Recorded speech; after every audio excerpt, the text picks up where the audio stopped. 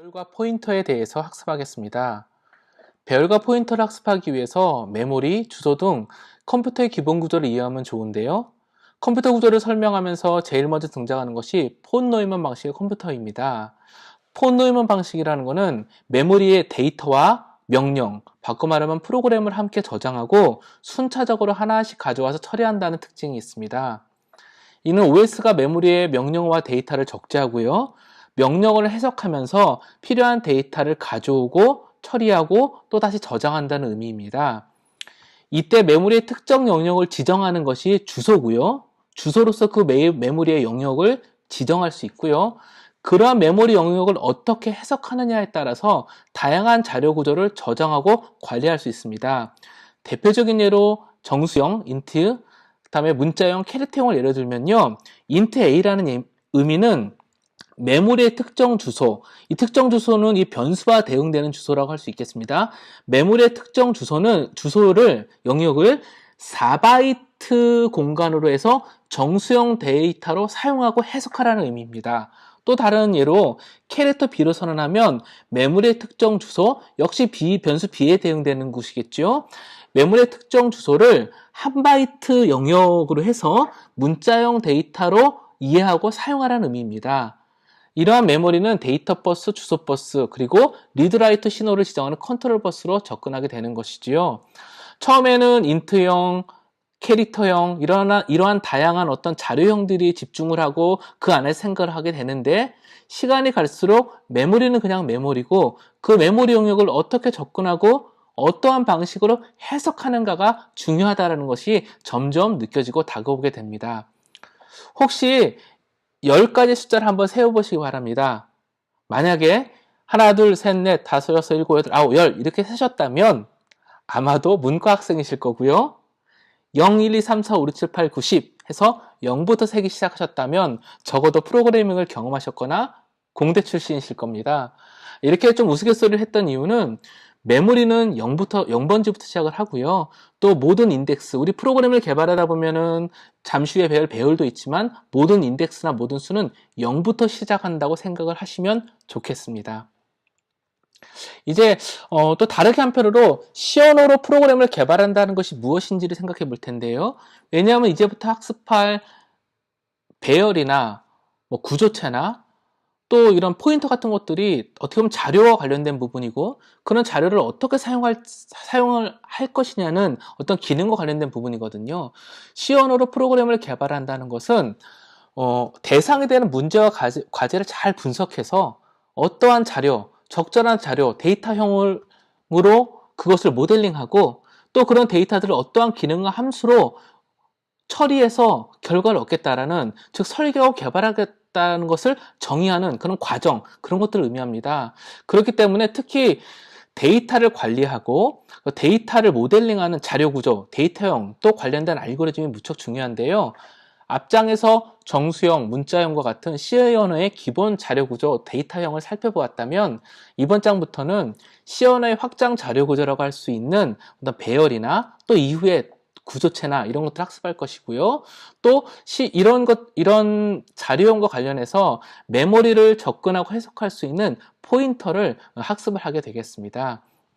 주요 주제를 간략히 요약하면요. 배열은 동일한 자료 구조를 연속된 메모리 공간에 저장하고, 다르게 말하면 인테저형 자료가 있다면 10개의 인테저형, 동일한 10개의 인테저를 연속된 자료 공간, 즉 메모리 공간에 저장을 하고 그것을 규정 지을 수 있는 배열명과 그거의 순서를 지정하는 첨자, 인덱스로 접근한다는 얘기입니다. 이렇기 때문에 배열은 차례차례 순차적으로 접근할 때 굉장히 유리하고요. 반대로 중간에 새로운 것을 추가하거나 중간에 있는 것을 삭제할 때는 다소 좀 불편한 부분이 있습니다. 그리고 전체 크기를 유연하게 동적으로 10개, 20개, 5개 이런 식으로 늘리거나 축소하는 데는 또 불편한 부분도 있습니다. 물론 못하는 것은 아니지만 상대적으로 불편하다는 그런 얘기입니다. 또 한편으로는 우리 같은 경우에는 연수 문제를 통해서 살펴볼 건데요. 리스트가 있습니다. 리스트는 포인터를 이용해서 데이터 자료 구조를 하나씩 연결해 놓는다는 얘기인데요. 연결돼가는 과정이 있고 유연하게 추가 삭제를 할 수 있기 때문에 굉장히 데이터를 새롭게 추가하거나 그 중간에 있는 것을 빼내거나 삭제하는 데 유연한 자료 구조고요. 이 부분은 동적 메모리 할당과 함께 다음 파트의 연습 문제에서 좀 더 구체적으로 살펴보도록 하겠습니다. 또 역시 이후 파트에서 살펴볼 텐데요. 다양한 자료 구조를 다루는 구조체에 대해서도 살펴볼 겁니다. 참고로 배열 같은 경우에는 동일한 자료 구조를 관리하는 거라 그러면 구조체는 같아도 되고 달라도 되는 다양한 자료 구조를 하나로 묶어서 하나의 자료형으로 정의해서 사용할 수 있는 굉장히 유용한 시연의 중요한 자료 구조가 되겠습니다. 또 이와 함께 떨어뜨릴 수 없는 게 또 포인터인데요. 왜냐하면 배열도 연속된 메모리 공간을 이용한다고 했기 때문에 메모리와 분리해서 생각할 수 없고, 바꿔 말하면 그 메모리를 유연하게 접근할 수 있는 포인터와도 밀접한 관계가 있다고 할 수 있습니다. 포인터는 이러한 자료용이 저장되는 메모리 영역을 다양한 방식으로 접근하고 해석할 수 있는데요. 또 포인터를 얘기하면서 시연의 주요 특징인 메모리에 접근하는 포인터, 또 플러스에서 저수준 제어라는 부분들을 얘기할 수밖에 없겠습니다. 일단 포인터는 이제 앞으로 살펴보겠지만 저수준 제어가 어떤 의미인지 간단하게 예를 들어 살펴보면은요, 역시 메모리와 포인터와 또 관계가 있다고 할 수 있습니다. 대표적으로 메모리 맵 IO가 있습니다. 이거는 CPU가 즉 다양한 어떤 장치와 입출력을 해야 되는데, 예를 들면은 여기 하나의 CPU 코어가 있고요. 이 CPU는 인텔 CPU가 아니라 일반적인 작은 어떤 그 연산 장치라고 생각하시면 좋겠습니다. 여기에 다양한 입출력 장치들, 시리얼 통신이라든지 이런 입출력 장치들이 붙어서 서로 통신하게 되는데요. 이런 입출력 장치를 액세스할 때, 데이터를 주고받을 때 입출력을 위한 그 장소와 데이터를 저장하기 위한 메모리 장소의 공간을 분리하지 않고요, 하나의 메모리 공간이라고 생각을 해서 주소를 부여하고 그 주소의 데이터를 쓰거나 입력함으로써 어떻게 보면 데이터 통신을 하게 됩니다. 역시 메모리 접근 방식이 필수가 되고요, 또 따라서 포인터에 대한 이해가 필수가 되고요, 또 이런 것들을 지원하고 있는 C 언어가 저수준 제어의 특징이 있다고도 할 수 있습니다. 또 포인터를 사용하지 않는 대표적인 언어로 자바가 있는데요. 자바 같은 경우에는 기본적으로 객체라고 불리는 부분들을 얼로케이션에서 사용을 한 다음에 별도로 메모리 관리를 하지 않고요, 가비지 컬렉션이라는 것을 이용을 해서 사용하지 않는 메모리들을 일괄적으로 해제하고 별도로 관리하고요. 상대적으로 C 언어 같은 경우에는 메모리를 좀 유연하고 또 필요에 따라서 자유롭게 접근할 수 있는 대신에 좀 상대적으로 좀 까다롭게 혹은 정확하게 메모리 관리를 해줘야 됩니다. 예를 들면 메모리를 할당해서 쓰고 싶을 때는 충분한 메모리가 있는지를 또 고민해야 되고요. 메모리를 할당해서 사용할 때는 배열도 마찬가지입니다. 특정한 메모리를 지정을 해서 자료용으로 구성을 하고 사용할 때는 내가 정의한 메모리 외부 메모리를 침범하지 않도록, 즉 내가 접근하지 않기로 했던 메모리까지 접근해서 데이터를 읽거나 쓰지 않도록 이런 경계를 잘 관리하는 게 굉장히 중요하고요. 이런 부분들을 잘 관리하지 못하게 되는 경우에는 또 어떻게 보면 보안적으로 취약한 부분도 발생할 수 있고 프로그램이 크래시가 나는 그런 문제도 발생할 수 있습니다. 대표적으로 그 참조 불가한 메모리가 있는데요. 보통은 널 포인터라고 해서 널 값으로 또 0으로 정의가 되어 있는데, 이런 식으로 포인터를 정해 놓으면 실제적으로 그 포인터는 참조하지 않겠다는 의미를 할당해 놓는 겁니다. 이런 포인터 같은 경우는, 이런 메모리 같은 경우는 참조하면 바로 오류가 발생하게 되겠지요. 참고로 포인터는 메모리와 직접적인 관계가 있기 때문에 32비트, 64비트와 같은 메모리 주소 체계와 또 관계가 있습니다. 예를 들면 32비트 같은 경우에는 4바이트의 포인터 영역, 4바이트의 정수 영역, 그 영역으로 전부 커버하고 지정할 수 있는 주소 영역일지 모르겠지만 64비트 같은 경우에는 훨씬 큰 메모리 공간이기 때문에 더 큰 포인터 변수가 필요하게 됩니다. 이런 부분도 이후에 연습 문제나 또는 본문 가운데 다시 한번 살펴보도록 하겠습니다. 이제 전체적인 내용들을 한번 이렇게 떠올려 주시면서 이제 교재를 통해서 한번 각각의 항목들을 짚어가 보도록 하겠습니다. 교재를 통해서 배열과 포인터를 학습해 보겠습니다. 전체적인 구성은 1차원 배열에 대해서 이해를 하고요. 1차원 배열에 대한 이해가 중요한 이유는 향후에 학습할 2차원이나 3차원 배열의 기본적인 개념과 특징을 이해할 수 있기 때문입니다. 다음에 포인터에 대해 살펴보겠습니다. 또 배열과 포인터는 서로 연관돼서 이해할 수 있는데요. 배열과 포인터의 관계를 이해함으로써 이번 파트를 마치도록 하겠습니다. 배열이란 같은 자료형의 데이터를 모아서 연속적인 공간에 저장하고 참조하는 자료 구조입니다. 동일한 데이터 타입과 크기로 구성되어 있고요. 연속된 주소 공간에 위치한다는 것이 중요합니다. 그리고 이렇게 배열에 저장된 데이터를 배열의 요소 혹은 항목이라 하고요. 배열의 이름과 첨자, 인덱스를 이용하여 읽거나 쓰게 됩니다. 만일 10명의 학생 또는 100명 학생의 수학 점수를 입력받아 관리한다고 가정해 봤을 때 일반적인 인테저형 변수로 선언한다면 100개의 변수가 필요하겠지만 100개의 인테저형 변수를 하나의 어레이로 관리하게 되면 하나의 어레이라는 하나의 배열이라는 단위로 자료형을 관리할 수도 있고 조금 더 효율적인 프로그램을 구성할 수 있게 됩니다. 단순히 관리의 편리함뿐만 아니라 지역성에 대해서도 고민할 수 있는데요. 지난번 과정에서 지역성에 대해서 메모리 계층 구조에 대해서 간단하게 살펴본 적이 있습니다. 지역성이라는 의미는 뭐냐면요. 프로그램이 실행되는 가운데서 한번 참조한 영역은 혹은 그 이후 영역을 다시 참조할 가능성이 높다라는 특징입니다. 크게 시간적 지역성과 공간적 지역성으로 나뉘는데요. 시간적 지역성은 특정 데이터와 혹은 그 근방을 한번 접근한 경우 가까운 시간 내에 다시 참조할 수 있는 가능성이 높다는 의미고요. 공간적 지역성은 특정 데이터를 이용한 경우 가까운 주소 영역, 즉 근처의 데이터를 참조할 가능성이 높다는 특징을 의미합니다. 만약에 변수를 각각 선언하게 된다고 하면 이 변수의 주소는 서로 떨어져서 위치할 수 있습니다.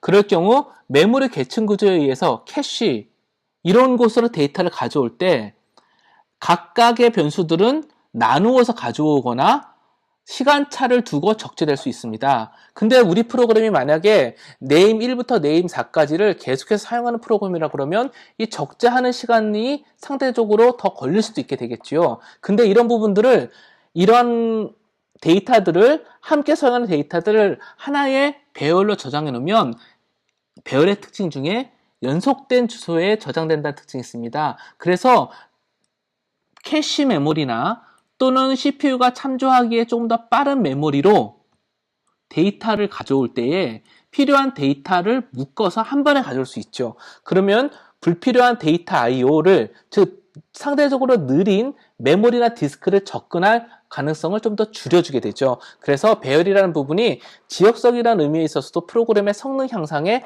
도움이 될 수 있다고 볼 수 있겠습니다. 이제 1차원 배열을 살펴볼 텐데요.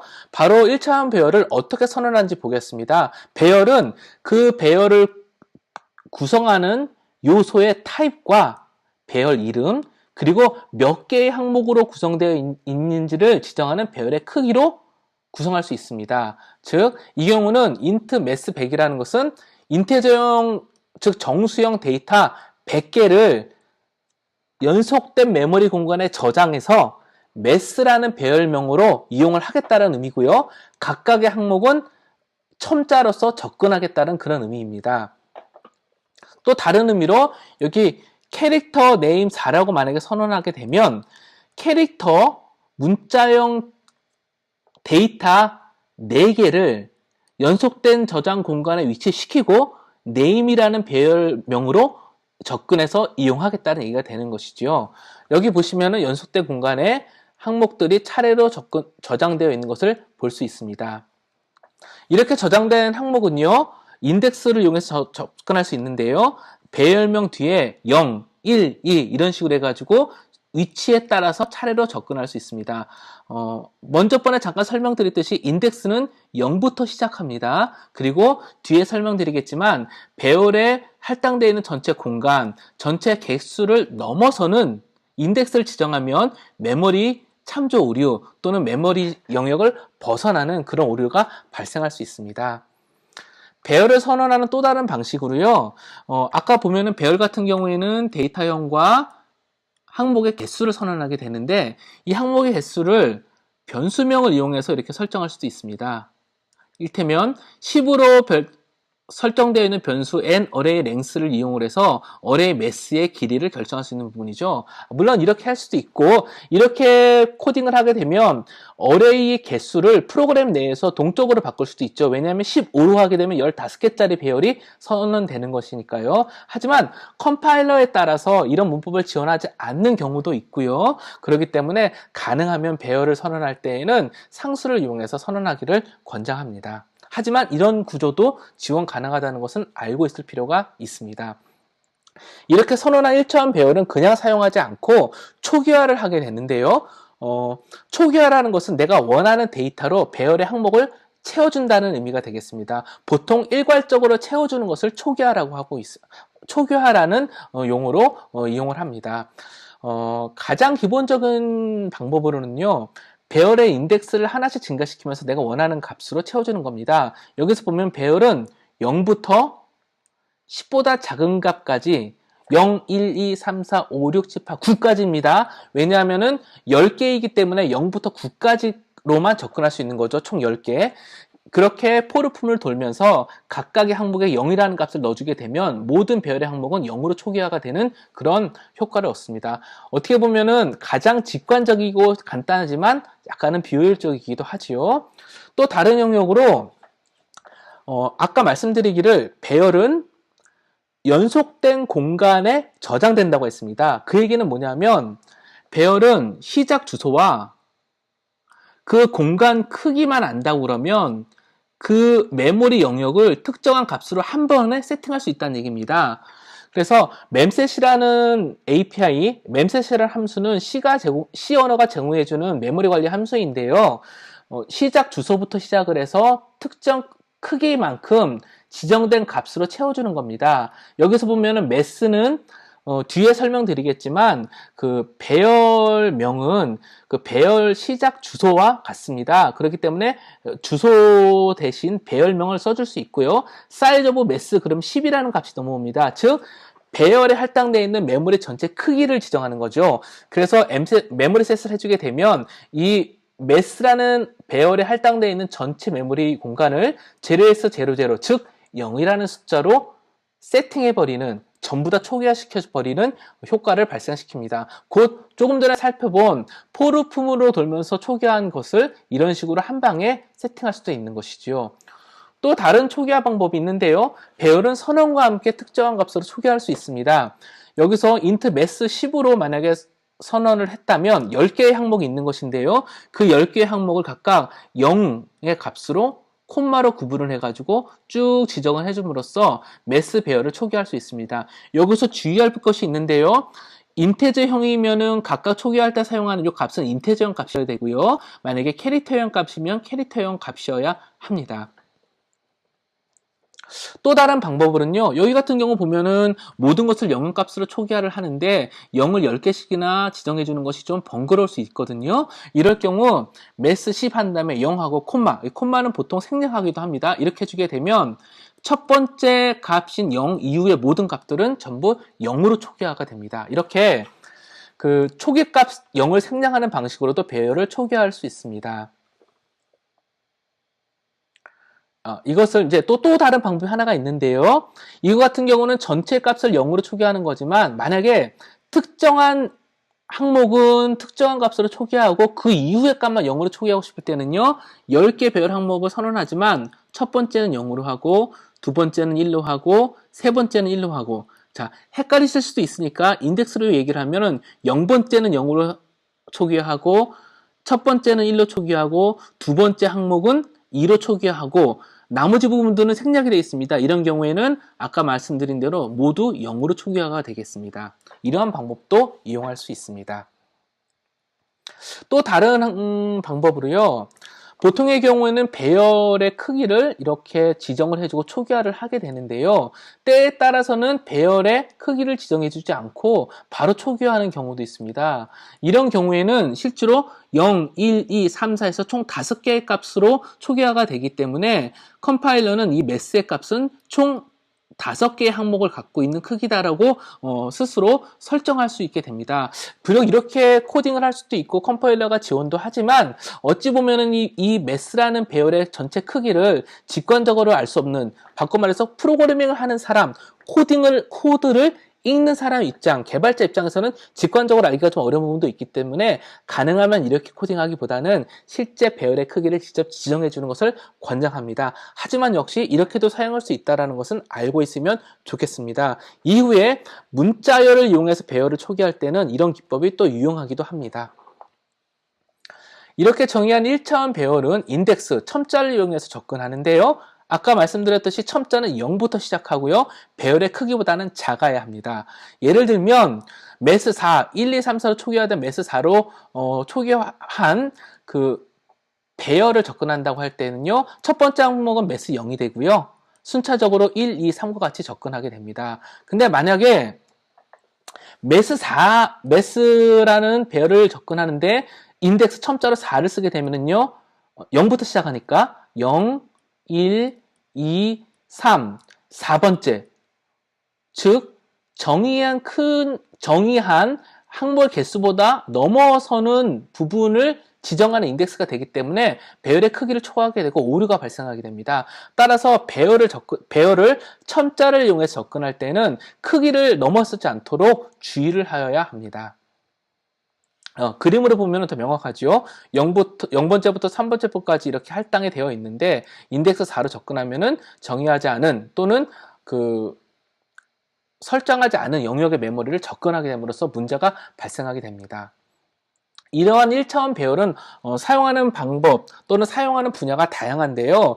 대표적으로 생각해보면 연속된 메모리 공간, 그 다음에 동일한 자료형, 어찌 보면 문자, 또 문자열을 다루는데 굉장히 유용하게 사용할 수 있습니다. 그래서 일단 1차원 배열을 문자열과 함께 비교해서 살펴볼 텐데요. 먼저는 문자열이란 뭐냐 하면 연속된 메모리 공간에 문자들이 쭉 저장이 되어 있고 중요한 것은 널문자로 끝난다는 겁니다. 널문자로 끝나지 않으면 문자열이라고 하지 않습니다. 그리고 보통 C 언어에서 개발을 할 때 따옴표를 이용하고 앞부분에 A, B, C와 같이 문자를 지정해 주게 되는데요. 이 경우에는 널 문자를 자동적으로 추가해 주게 됩니다.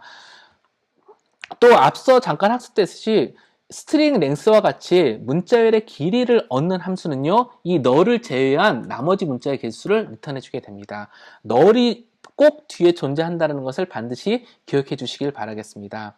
그래서 만약에 1차원 배열의 1차원 어레이에 문자열을 저장한다면 만약에 헬로 월드라는 문자열을 저장한다면 총 문자만 봤을 때는 0부터 10까지 해서 11자지요. 11자가 되겠지만 맨 마지막엔 널 문자가 반드시 필요하기 때문에 총 12개의 항목을 저장할 수 있는 배열을 선언을 하고 거기에 문자열을 저장을 해줘야 합니다. 그리고 각각 배열의 항목은 연속된 번지겠지요.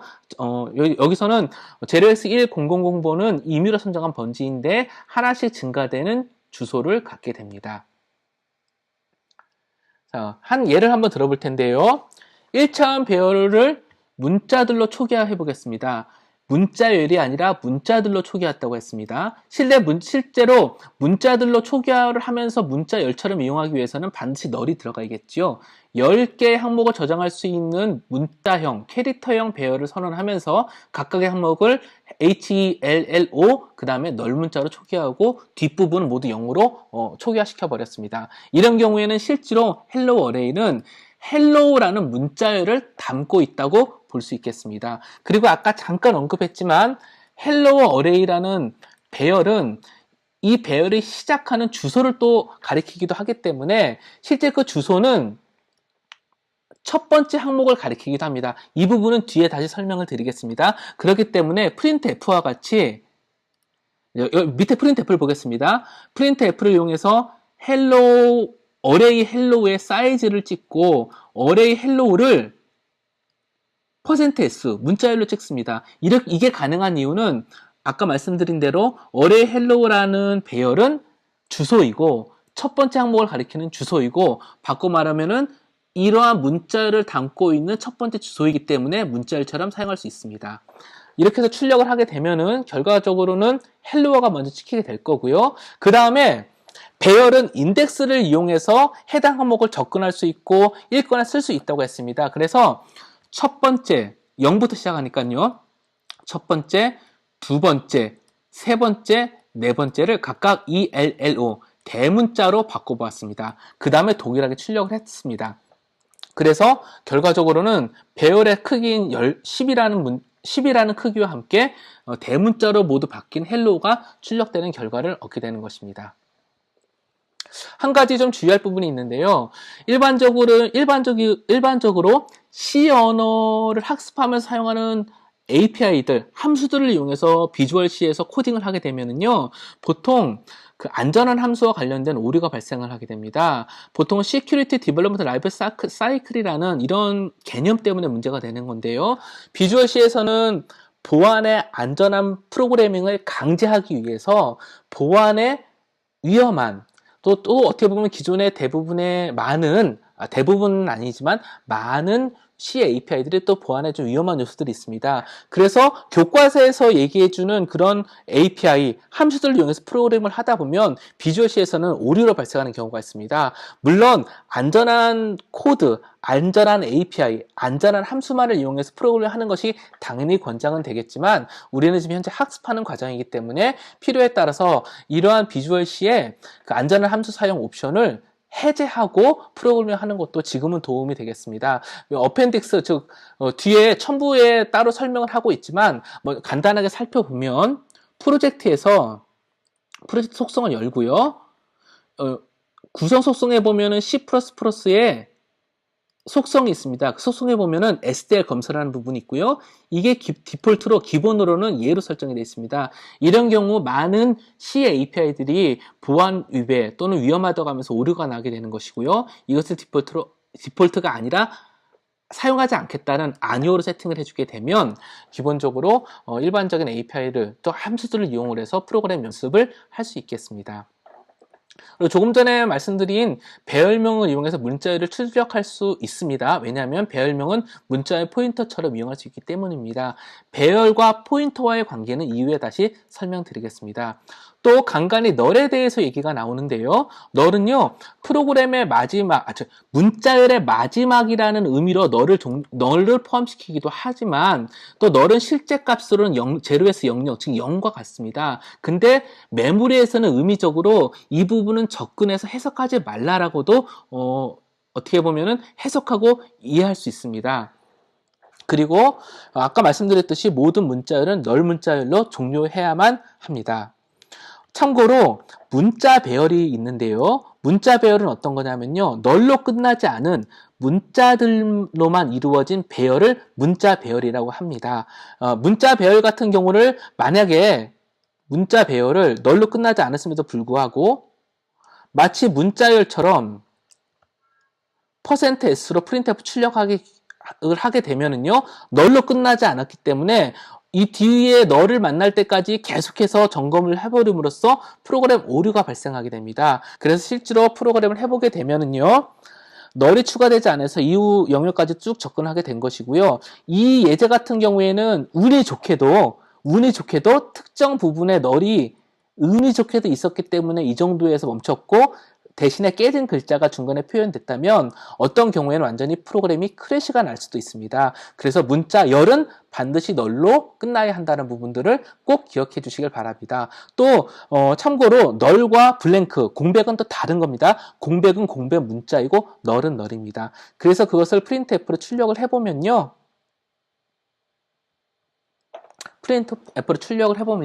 블랭크 공백은 32가 출력되고요. 널은 코드로서 0이 출력되는 것을 확인할 수 있습니다.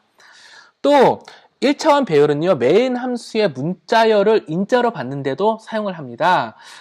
일단은 보면은 그동안은 메인 함수를 이용할 때 argc나 argv를 많이 사용하지 않았을 수도 있는데요. 우리가 사용하는 메인 함수는요, 다양한 부분으로 이용할 수 있습니다. 이 부분을 먼저 보도록 하겠습니다.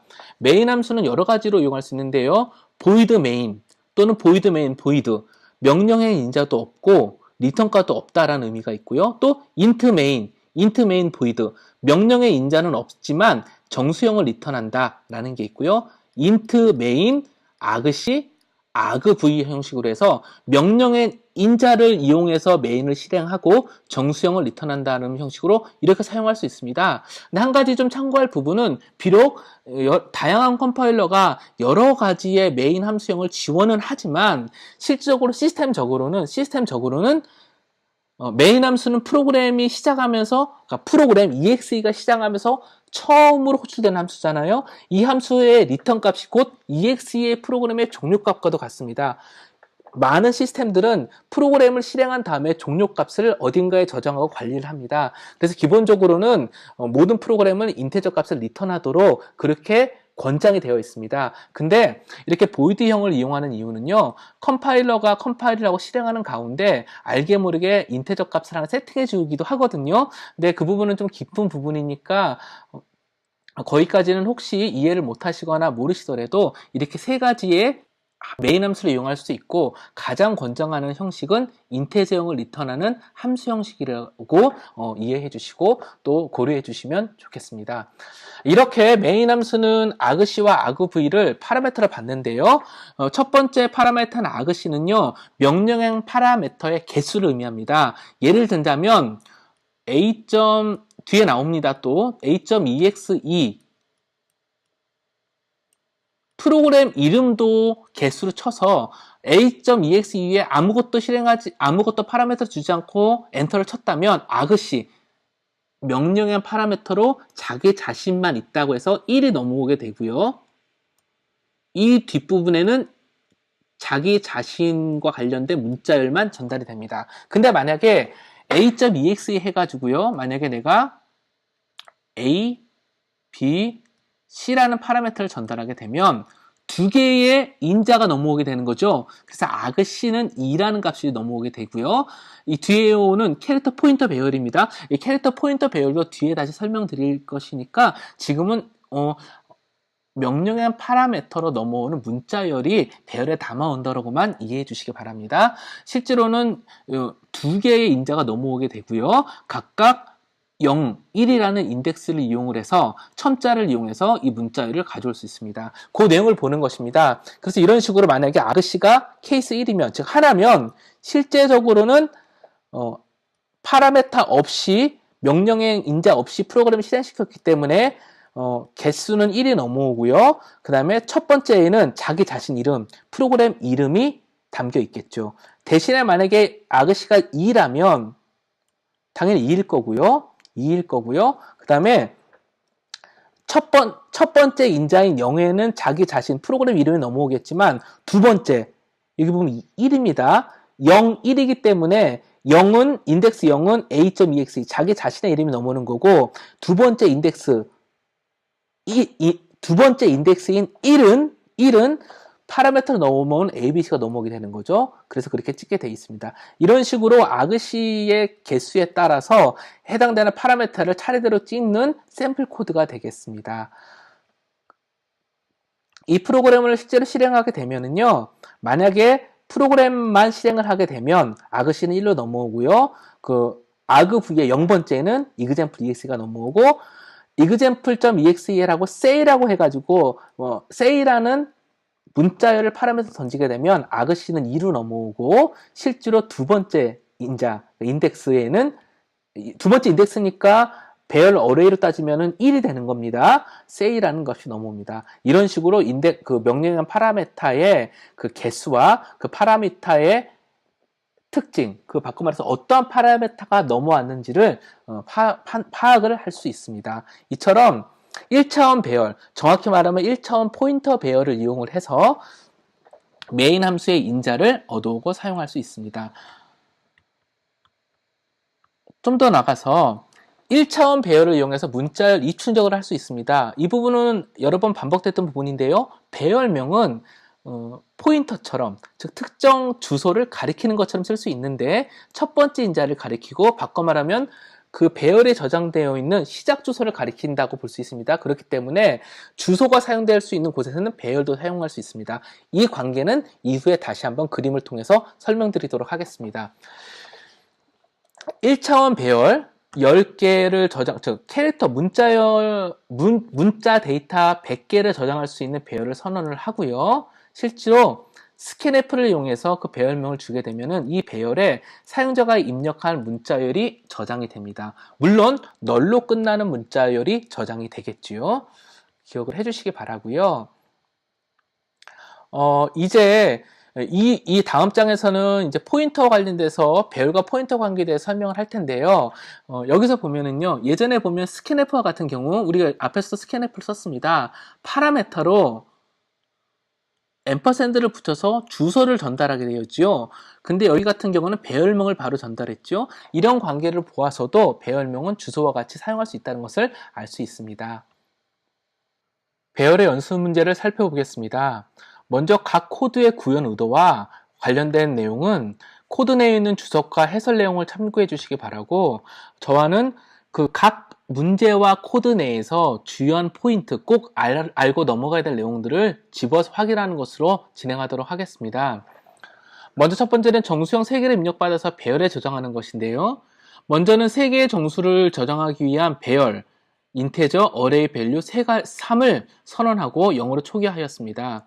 근데 스캔F로 각 배열 항목 하나하나에 입력받은 값을 저장하는 것인데요. 여기서 보면 먼저 어레이 밸류 0, 어레이 밸류 인덱스 1, 어레이 밸류 인덱스 2를 지정하면서 앞에 앰퍼샌드를 앰퍼샌드를 추가하였습니다. 이 얘기는 보통의 경우 변수 앞에 앰퍼샌드 연산자를 둠으로써 이곳에 스캔F로 입력받는 값을 저장하게 되는데요.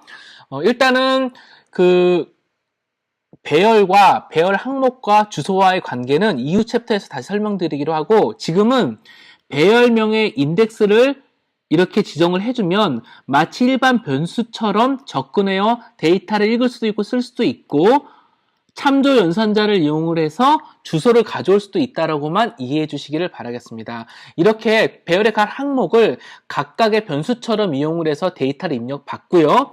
for 루프문을 돌면서 배열의 인덱스만큼 각 항목을 썸에 저장을 해주고요. 결국은 총 항목 개수인 3으로 나누어서 각각의 썸과 토탈 썸과 평균을 출력을 하고 있습니다. 자, 그 다음에는 10개의 항목을 갖는 어레이 밸류를 1부터 10까지의 값으로 각각 초기화하는 초기화하는 코드가 되겠습니다. 이런 식의 초기화 코드는 이미 설명드린 것이었는데요. 그것 말고 다르게 하나 살펴볼 부분이 있습니다. 만약에 이 배열명을 가지고 사이즈 오브 연산자를 수행했다면 사이즈 오브는 특정한 데이터형이 차지하는 데이터의 크기를 리턴하는, 메모리 전체 크기를 리턴하는 함수입니다. 연산자입니다. 그렇기 때문에 어레이 밸류 같은 경우에는 인테저 4바이트를 10개의 항목으로 갖고 있기 때문에 4 곱하기 10 해서 총 어레이 항목은 40의 크기로 리턴이 되는 것이고요. 또 하나 여기서 살펴볼 부분은 이 전체의 어레이 크기를 각 항목의 크기로 나누면, 즉 40을 4로 나누면 몇 개의 항목이 있는지도 유추할 수 있다는 겁니다. 그래서 카운트 오브 엘리먼트는 전체 어레이 크기를 각 항목의 크기로 나누어서 구할 수도 있습니다. 이번에는 배열을 helloC라는 문자열로 초기화시키는 겁니다. 문자열이기 때문에 반드시 널로 끝나야겠죠. 그 방법으로 캐릭터 어레이 스트링을 하나 선언하고요. hello를 지정을 한 다음에 마지막에 널을 넣어주면 되겠습니다. 이전에 설명드릴 때에 배열을 선언할 때는 반드시 전체 크기를 지정을 해주는 것을 권장한다고 하였지만, 특별하게 문자열을 이용해 초기화할 때는 배열을 생략하는 것이 편리합니다. 이렇게 해서 이 배열의 크기를 한번 사이즈 오브로 계산을 하게 되면 하나, 둘, 셋, 넷, 다섯, 여섯, 7이라는 숫자가 출력이 될 것이고요. 또 하나는 이 배열의 크기를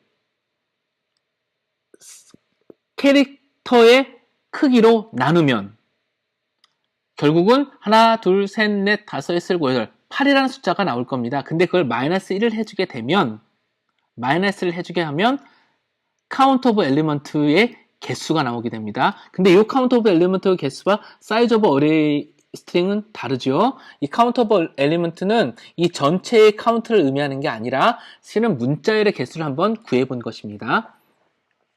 그 다음에 마지막으로 실제로 너를 만나기 전까지의 문자 개수를 한번 포르 푸문으로 계산을 해본 겁니다.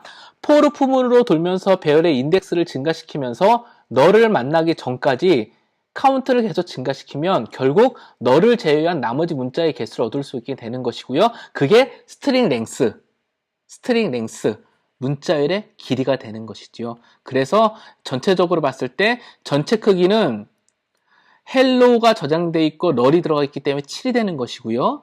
카운트 오브 엘리먼트는 아까 계산할 때에 전체 어레이 크기를 캐릭터의 크기로 나눈 다음에 빼기 1을 해서 문자열의 개수를 구한 거기 때문에 6이 되는 것이고요.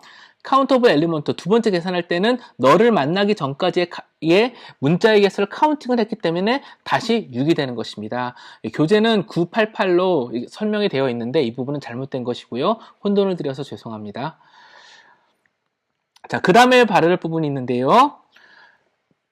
문자열을 프로그램의 명령의 파라미터로 입력받아서 프로그램 내부에 저장되어 있는 문자 배열로 복사를 하는 것인데요. 스트링 카피를 이용하지 말라고 했습니다. 그렇다면 어떻게 하면 되냐 하면 너를 만나기 전까지 각 항목을 하나씩 배열 항목별로 대입을 해주면 되게 되는데요. 코드를 한번 확인해 보도록 하겠습니다. 먼저는 아그씨가 2보다 작으면, 즉 명령형 파라미터가 없었다면 문자열을 지정해주지 않은 거기 때문에 오류 메시지를 또는 안내 메시지를 출력하고 함수를 리턴하게 되고요. 즉 메인을 리턴하게 되고요. 프로그램을 종료하게 되고요. 그게 아닌 경우에는요. 스트링 문자를 저장하기 위한 배열 하나를 선언합니다. 근데 크기를 맥스 랭스 플러스 1로 하고 있죠.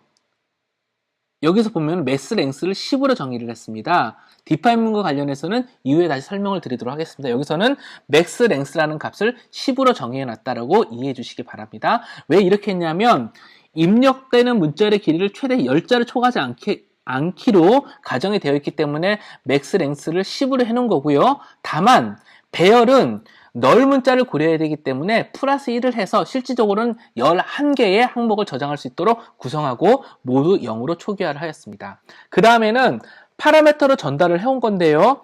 파라미터로 전달을 했을 때는 argv 첫 번째의 명령의 파라미터 전달해 오겠죠. 그래서 전체의 개수만큼 포르 푸문을 돌면서 널이 만날 때까지 argv로 넘어온 문자열의 항목 하나하나를 이쪽 배열, 우리가 준비해놓은 배열의 항목으로 하나씩 대입해서 복사해 주는 것이고요. 마지막으로 너를 만나면은 더 이상 대입하지 않고 문자열을 종료시켜야 되기 때문에 마지막으로 우리가 준비하는 배열의 마지막에도 너를 추가해 주게 됩니다. 그래서 문자열을 완성하게 되는 것이지요. 이제는 사용자로부터 공백을 포함한 문자열 1개를 입력받아서, 공백을 포함한 문자열이라는 얘기는 이런 얘기입니다. A, B, C, 공백, D. 이와 같이 공백이 포함되어 있는, 블랭크가 포함되어 있는 문자를 말합니다. 이 문자를 1개를 입력받는데 이 문자열의 길이를 계산해서 출력하는 겁니다. 단 최대 100자를 초과하지 않는 것이죠. 문자열의 길이의 계산, 너를 만나기 전까지의 카운트를, 문자의 카운트를 계산하면 결국 문자열의 길이를 계산하게 되겠지요. 다만 여기서 한 가지 트릭이 필요한데요. 어떤 트릭이 필요하냐면 일반적으로 스캔 F 같은 경우 공백을 포함한 문자열은 입력받을 수 없습니다. 그래서 형식 지정자로 %100, 최대 100자라는 의미고요. 엔터키가 입력될 때까지 입력을 받으라는 얘기입니다. 그래서 엔터키가 입력될 때까지는 엔터키가 입력될 때까지는 모든 문자를 다 입력받도록 되어 있기 때문에 공백도 입력받을 수 있는 것이죠. 이 부분은 어떻게 보면 많이 사용되지는 않지만 알고 있으면 유익한 팁이니까 꼭 기억해 주시기를 바랍니다. 이렇게 입력을 받으면 어레이 스트링이라는 곳에 문자를 입력이 되겠지요. 최대 100자라고 했기 때문에 맥시멈 100까지 해가지고 포르 품이 돌게 되는 것이고요. 어레이의 그 항목이 너를 만나게 되면 브레이크로 빠져나가게 되고요. 왜냐하면 종료가 문자열이 끝났으니까 널이 아닌 기간 동안에는 사이즈를 0으로 초기화된 n 사이즈를 계속 증가하면서 문자의 개수를 카운팅하게 됩니다. 그래서 최종적으로는 출력하게 되는 것이지요. 그래서 hello my world라는 것을 입력하게 되면 이 개수를 널을 제외한 부분을 계산해서 15라는 값을 출력하게 되는 것입니다. 사용자로부터 문자를 입력받아 역순으로 저장하고 출력하는 부분인데요. 역순으로 저장한다. 이 부분을 기억해 주시기 바랍니다. 기본적으로 문자열을 입력받는 건 동일하고요. 맥시멈으로 최대 10자라고 했기 때문에 아까와 동일하게 이전번 예제와 동일하게 최대 크기는 0으로 10으로 지정을 하고요. 대신에 어레이, 배열은 플러스 1을 해줘가지고 널 문자를 고려해 놨습니다. 그래서 문자를 입력받아가지고 첫 번째 어레이 스트링에 저장을 하고요. 자, 이러기 위해서는 역수로를 저장하기 위해서는 뭔가 필요한데요. 그러기 위해서는 첫 번째 입력받은 어레이의 문자 개수를 먼저 구했습니다. 이 부분 앞부분에서 사용했던 예제를 그대로 재사용한 것인데요. 이렇게 포르 품을 돌면서 너를 만날 때까지 n 플러스 숫자를 계속 카운트를 증가시키면 문자열의 개수를 가져올 수 있게 되고요. 기억해 주시기 바랍니다. n 사이즈에는 문자열이 지정되어 문자열의 길이, 즉 너를 만나기 전까지의 문자의 개수가 지정이 되어 있습니다. 그래서 이거는 데스티네이션 복사를 해올 배열인데요. 이쪽에 인덱스를 0부터 n 사이즈 크기만큼을 증가시키면서 원본 배열의 인덱스는 어떻게 되냐면 n-1이죠. 즉 바로 널이 있다면 널 바로 앞에 있는 요 항목을 의미하는 겁니다. 그것을 대입을 해주는 거죠. 그래서 포르 부분을 돌면서 데스티네이션 복사되는 이 카피 쪽은 인덱스가 증가하는 반면에 어레이 스트링 원본은 인덱스가 마이너스로 감소하는 경우죠. 즉 i는 증가하지만 인덱스라는 변수는 감소하게 된다는 것이죠. 이렇게 쭉 복사를 하게 되면 역순으로 저장을 하게 되는 것이고요. 맨 마지막은 역시 너를 주어서 정상적인 문자열로 만들게 되겠습니다. 이제는 사용자로부터 두 개의 문자를 입력받아서요. 1차원 배열에 각각 저장하고 이 두 개의 문자열을 하나로 묶어서 연결하여 저장하는 코드를 보도록 하겠습니다. 마찬가지로 맥스랭스를 지정을 했고요. 최대 10자이기 때문에 널 문자를 고려해서 플러스 1을 해줬습니다. 그리고 최종적으로 이 두 가지의 문자열을 연결할 배열은 길이가 2배여야 되기 때문에 맥스랭스 곱하기 1을 했고요. 플러스 1을 함으로써 널 문자를 고려했습니다. 그래서 두 개의 문자를 각각 스캔F로 입력받아가지고 저장을 했고요. 아마도 추측을 하셨겠지만 인트 i부터 시작해서 맥스트링 랭스까지 해서 포르 품을 도는데 여기 인덱스를 초기화를 먼저 해줬습니다. 첫 번째 어레이가 널 문자를 만날 때까지 돌면서 인덱스라는 변수는 계속 증가하고 있습니다. 참고로 제가 표현할 때 인덱스라는 말을 배열의 인덱스라는 것으로도 사용하기도 하고 또 하나는 변수 인덱스로 사용해서 좀 혼돈이 있을 수 있는데요. 지금부터는 분리해서 설명드리겠습니다. 인덱스라는 변수는 한 번씩 점검할 때마다 한 번씩 대응할 때마다 증가하기 때문에 최종 결과에서는 인덱스 변수가 증가함으로써 배열의 항목이 점점 그 위치가 뒤로 가는 역할이 되는 것이고요. 거기에 따라서 원본 어레이 스트링의 i번째 이 i는 계속 1씩 증가하게 되는 것이죠. 그것이 이렇게 대응됩니다. 그래서 이 전체적으로 첫 번째 포문이 끝나게 되면 너를 만나기까지 첫 번째 문자열의 각 항목이 결과 배열로 복사가 되는 구조가 되는 것이고요. 자, 그 다음에 두 번째 포문이 도는데요. 두 번째 포문은 여기 보시면은 시작이 저장되는 위치의 시작의 인덱스 변수입니다. 이 인덱스 변수는 여기서 계속 증가를 하고 있지요. 그래서 최종적으로 저장된 다음번 항목부터 저장이 된다는 그런 의미입니다. 그래서 어레이 스트링 레졸트 인덱스에 그 두 번째 입력받은 어레이 스트링 2의 항목을 하나씩 증가시키면서 또 대응을 해줍니다. 이 포문까지 돌게 되면 두 개의 입력받은 어레이에 저장되어 있는 문자열을 먼저는 커다란 데스티네이션 어레이에 먼저는 첫 번째 것을 쭉 복사하고 그 다음에 두 번째 것을 연이어서 쭉 복사한 결과, 그 다음에 마지막으로 널까지 포함되는 결과를 얻게 되겠습니다. 그래서 최종 결과를 출력을 해보게 되면 이렇게 되겠습니다. 예제로 헬로 월드를 입력을 하게 되면 헬로와 월드가 합쳐져서 헬로 월드가 되는 것입니다. 공백은 없어지는 거고요. 없어지는 이유는 스캔F로 입력받을 때 이 형식 지정자가 이렇게 되어 있기 때문입니다.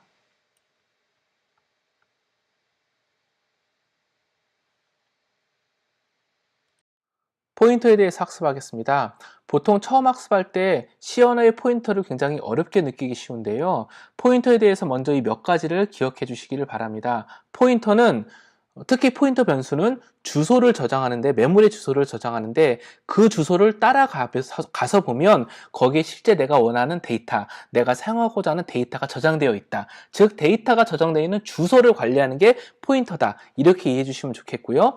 또 포인터는 데이터 타입이 중요한데, 데이터 타입이 중요한 이유는 메모리를 어떠한 형식으로 해석할 것이냐. 바꿔 말해서 인테저형 포인터는 메모리를 4바이트 메모리 공간을 인테저형의 데이터로 해석하겠다는 의미인 거고, 캐릭터 포인터는 1바이트의 메모리 영역을 캐릭터형으로 해석하겠다는 그런 의미입니다. 이것을 기억해 주시고 본문 내용을 살펴보도록 하겠습니다. 포인터는 메모리 주소값을 저장하고 메모리에 저장된 데이터를 참조하기 위해 사용되는 변수, 일반 의미의 변수이고요. 그 다음에 혹은 메모리 주소를 가리키는 상수, 일반 의미의 포인터 상수입니다. 근데 보통 일반 의미의 포인터인 포인터 변수를 포인터라고 칭하기도 합니다. 이렇게 보면은 포인터 변수에는 실제적으로는 특정한 메모리 값이 저장되고요. 0x1000은 임의의 메모리 주소입니다. 이 메모리를 방문해서 보면 실제 그 안에 내가 사용하고 싶은 데이터가 저장되어 있다. 이런 의미가 되겠습니다. 이러한 포인터 변수는 선언하고 참조하는 방법이 있는데요. 중요한 거는 데이터 형식입니다. 그리고 실제 주소를 관리하고 주소를 접근하겠다라는 포인터를 의미하는 간접 연산자고요. 그 다음에 변수명입니다. 이렇게 되면은 이 변수명에는 주소가 저장되게 되는 거고요. 그 데이터 형식을 참조해가지고 그 주소 영역을 해석할 수 있게 되는 것입니다. 순서적으로 따져보면은 먼저는 사용할 변수를 정하고요. 이 변수의 타입을 정하고요. 그 다음에 포인터, 주소를 의미하는 간접 연산자를 추가하면 됩니다. 이렇게 인테저형, 정수형 포인터 변수를 선언하면 인테저, 별표, p 베리어블, 인테저형 포인터, p 베리어블 이렇게 선언하고 이용할 수 있습니다. 참고로 간접 연산자 별표는 자료형의 쪽에 붙어서 위치해도 되고 변수명 쪽에 붙어서 위치해도 되고 아예 따로따로 공백을 띄어서 위치해도 관계없습니다. 보통은 이제 프로그래밍 룰에 따라, 코드 룰에 따라서 또는 어떤 회사나 팀의 어떤 그런 스타일에 따라서 일반적으로는 통일해서 사용하는 경우가 많이 있습니다. 또 이와는 반대로 대응되는 구조로 데이터가 저장된 변수의 주소를 포인터 변수에 저장하고 싶을 때가 있는데요. 이때 사용되는 것이 참조 연산자입니다. 만약에 내가 인테저형 x를 선언했다고 그러면 x가 저장되어 있는 메모리가 있을 텐데요. 이 주소를 가져와서 저장하고 싶을 때 변수명 앞에 앰퍼센드를 붙여주면 된다라는 것입니다. 자, 이것을 코드를 통해 살펴보면은요, 인테저형 n밸류에 100을 대입을 했고요. n밸류에 참조 연산자를 주게 되면 주소가 넘어오게 되는 거고, 이것을 포인터인 p밸류에 저장할 수 있게 되는 것입니다. 변수와 주소 그리고 포인터의 관계를 좀 더 살펴보면은요, 다시 말씀드리지만 제로엑스 1빵빵빵 1000은 특별한 의미가 없이 임의적으로 설정해 놓은 주소입니다.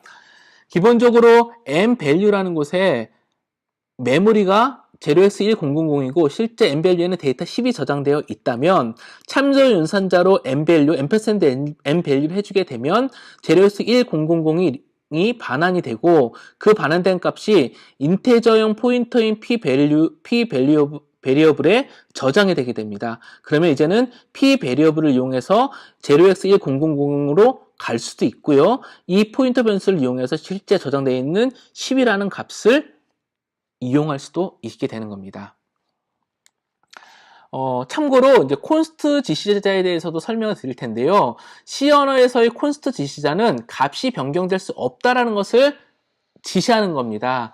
예를 들면은 const int nvalue 1 이렇게 선언을 하게 되는 경우 nvalue는 1이 대응되어 있지만 const int다. 변경될 수 없는 인테저형이다라고 해서 nvalue에다가 10이라는 값을 새롭게 대입하게 되면 컴파일 시에 오류가 생깁니다. 왜냐하면 const 변수의 내용을 변경했기 때문인 것이죠. 이처럼 const 지시자를 사용하게 되면은 특정한 변수나 대상이 변경될 수 없다라는 것을 컴파일러한테 알려주는 역할을 하게 되는 것입니다. 이것을 포인터 변수에 사용하게 되면은요, 두 군데에 사용할 수 있는데요. 하나는 간접연산자 포인터 앞에 const int, 즉 자료형 앞에 const가 붙을 수도 있고요. 또는 포인터 변수 앞에도 const가 붙을 수 있습니다. 이 const의 위치에 따라서 의미가 달라지는데요. 먼저는 의미부터 설명을 드리자면 앞부분에 const int가 되면은요. 포인터 변수에 저장되어 있는 주소에 따라가면 어떤 데이터가 있을 것인데 이 데이터가 const int라는 겁니다. 즉 이 데이터는 변경할 수 없죠. 즉 11이나 100이나 50이나 이런 값으로 변경하려고 그러면 오류가 발생하게 되는 겁니다. 반대로 이 앞부분에는 그냥 인테저형이고 즉 const가 없고 포인터 변수의 앞에 const가 붙으면 포인터 변수가 const라는 의미죠. 즉 포인터 변수에 제로엑스 1000이라는 것을 이미 대입을 했다면 제로엑스 1000이라는 주소, 즉 pvalue를 이 주소 외에 다른 값으로 변경할 수 없다는 겁니다. 즉 pVariable이 const가 돼서 변경될 수 없다는 것이죠. 대신에 제로엑스 1000에 저장되어 있는 값 10은 다른 것으로 변경될 수 있습니다.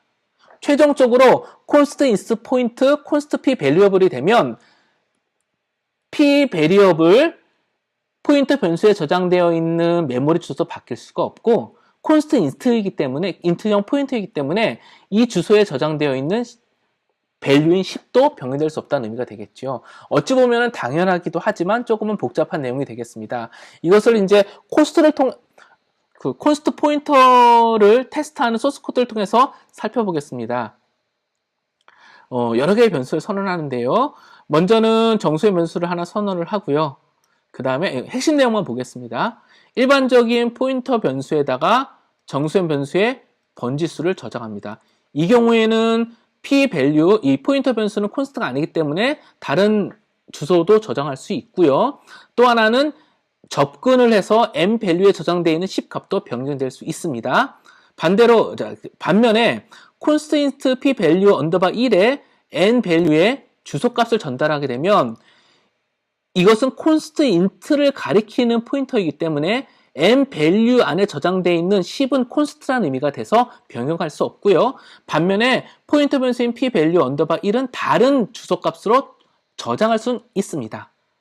반대로 인테저형 포인터 const pValue 2는 이제는 데이터 타입은 인테저형이기 때문에 저장되어 있는 10은 변경될 수 있지만 pValue 언더바 2는 const 포인터이기 때문에 다른 밸류로 다른 주소값을 바꿀 수 없겠죠. 최종적으로 const 포인터, const p-value 언더바 3은 모두 const이기 때문에 저장되어 있는 주소값도 바꿀 수 없고 m-value 안에 있는 10이라는 값도 변경될 수 없습니다.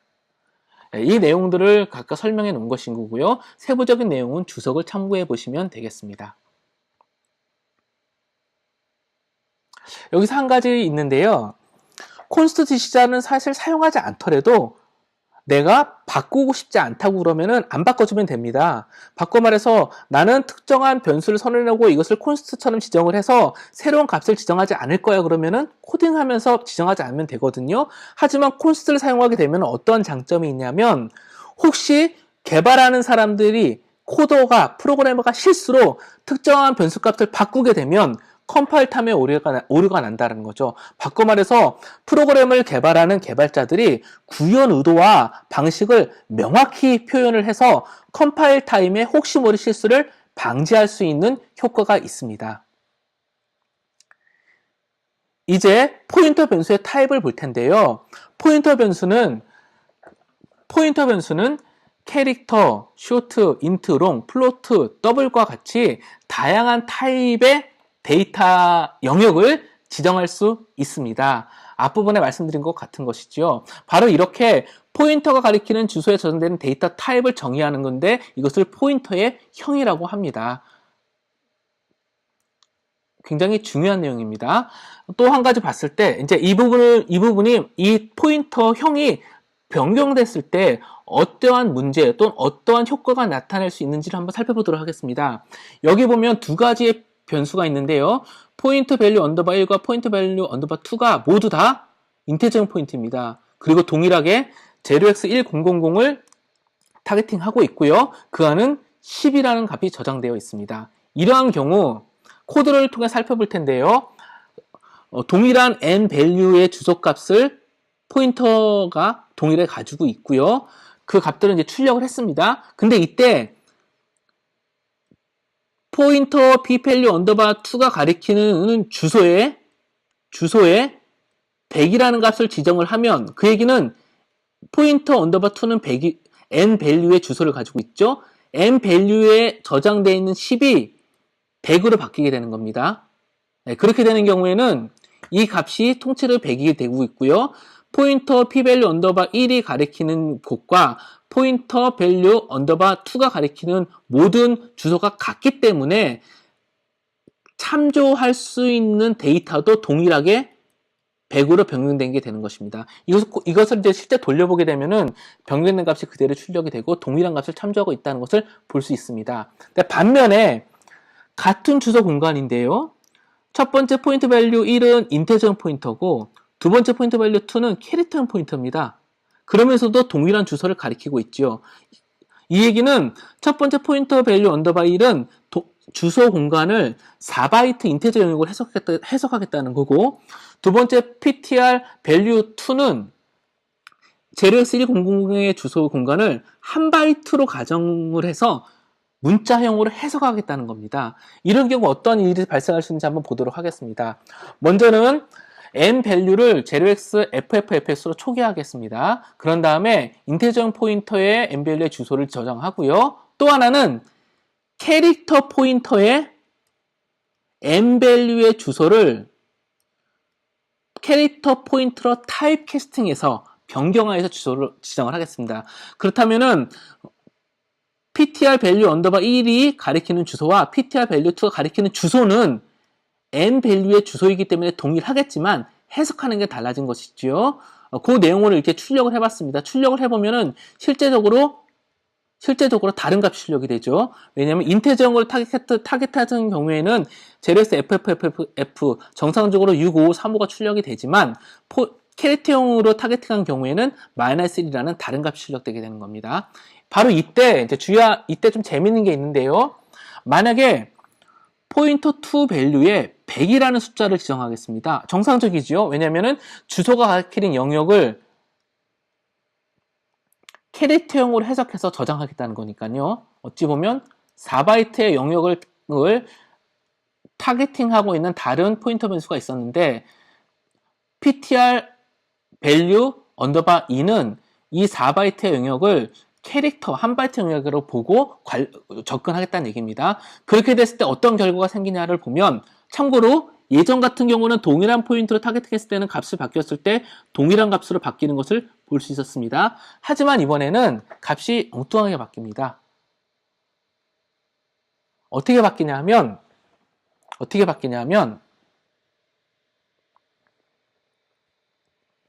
65535가 되어 있던 이전 ptr 언더바 p에 타겟팅 돼 있던 그 값은 655380으로 바뀌고 반대로 캐릭터 포인터로 타겟팅하고 있던 그 변수는 100으로 포인터 변수가 타겟팅하는 영역은 100으로 정확히 바뀌어 있는 것을 볼 수 있습니다. 이 얘기는 4바이트 영역에 특정한 부분이 바뀌었기 때문에 이 4바이트 영역을 통째로 인티저용으로 해석해야 하는 포인터 변수는 이러한 정수값을 해석할 수밖에 없고, 하나만 바라봐도 되는 캐릭터 포인터는 정확하게 그 대입한 값들을 정확하게 해석해서 볼 수 있다는 의미가 되겠습니다. 이처럼 하나의 주소 공간도, 하나의 주소도 어떠한 방식으로 해석하느냐에 따라서 어떠한 데이터 타입의 포인터로 어떠한 데이터 타입의 포인터로 지정해서 해석하느냐에 따라서 다르게 접근하고 다르게 관리할 수 있다는 것을 확인할 수 있습니다.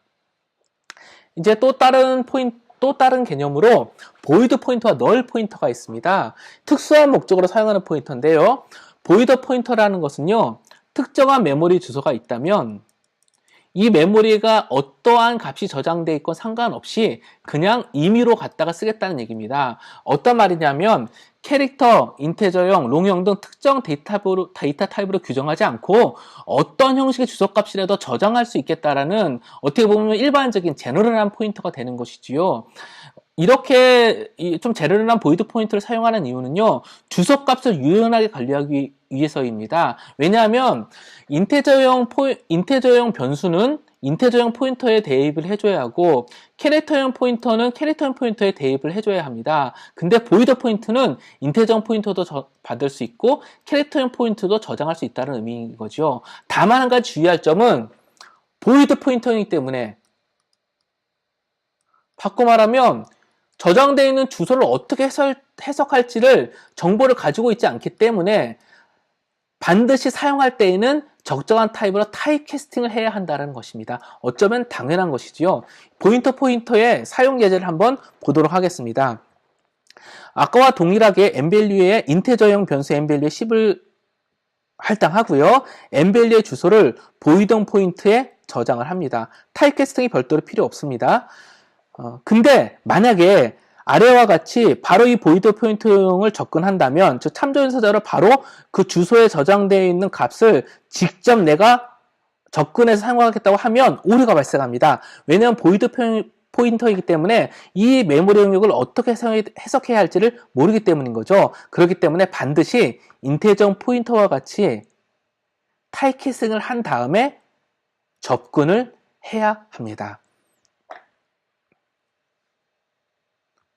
그 다음에 널 포인터에 대해서 알아보겠습니다. 널 포인터는 아무것도 가리키지 않는다는 의미로 사용되는 상수값입니다. 실제로는 디파인이 되어 있는데요. 보이드 포인터 0으로 정의되어 있습니다. 찍어보면 그냥 0으로 나옵니다. 주로 포인터 변수를 초기화할 때 이용하는 것이고요. 의미적으로 아무것도 가리키지 않겠다, 즉 데이터를 참조할 수 없다, 참조하지 말아라, 이런 의미를 갖고 있습니다. 억지로 참고하게 되면 역시 또 문제가 발생하겠지요.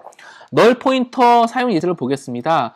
인테저형 포인터를 하나 선언을 하는데 널로 지정을 했습니다. 그 다음에 한번 출력을 해보다 보겠습니다. 그럼 어떤 일이 생기는지 한번 보겠습니다. 컴파일은 잘 됩니다. 문법적인 오류가 없기 때문이죠. 그러나 실행할 때 보면 예외가 납니다.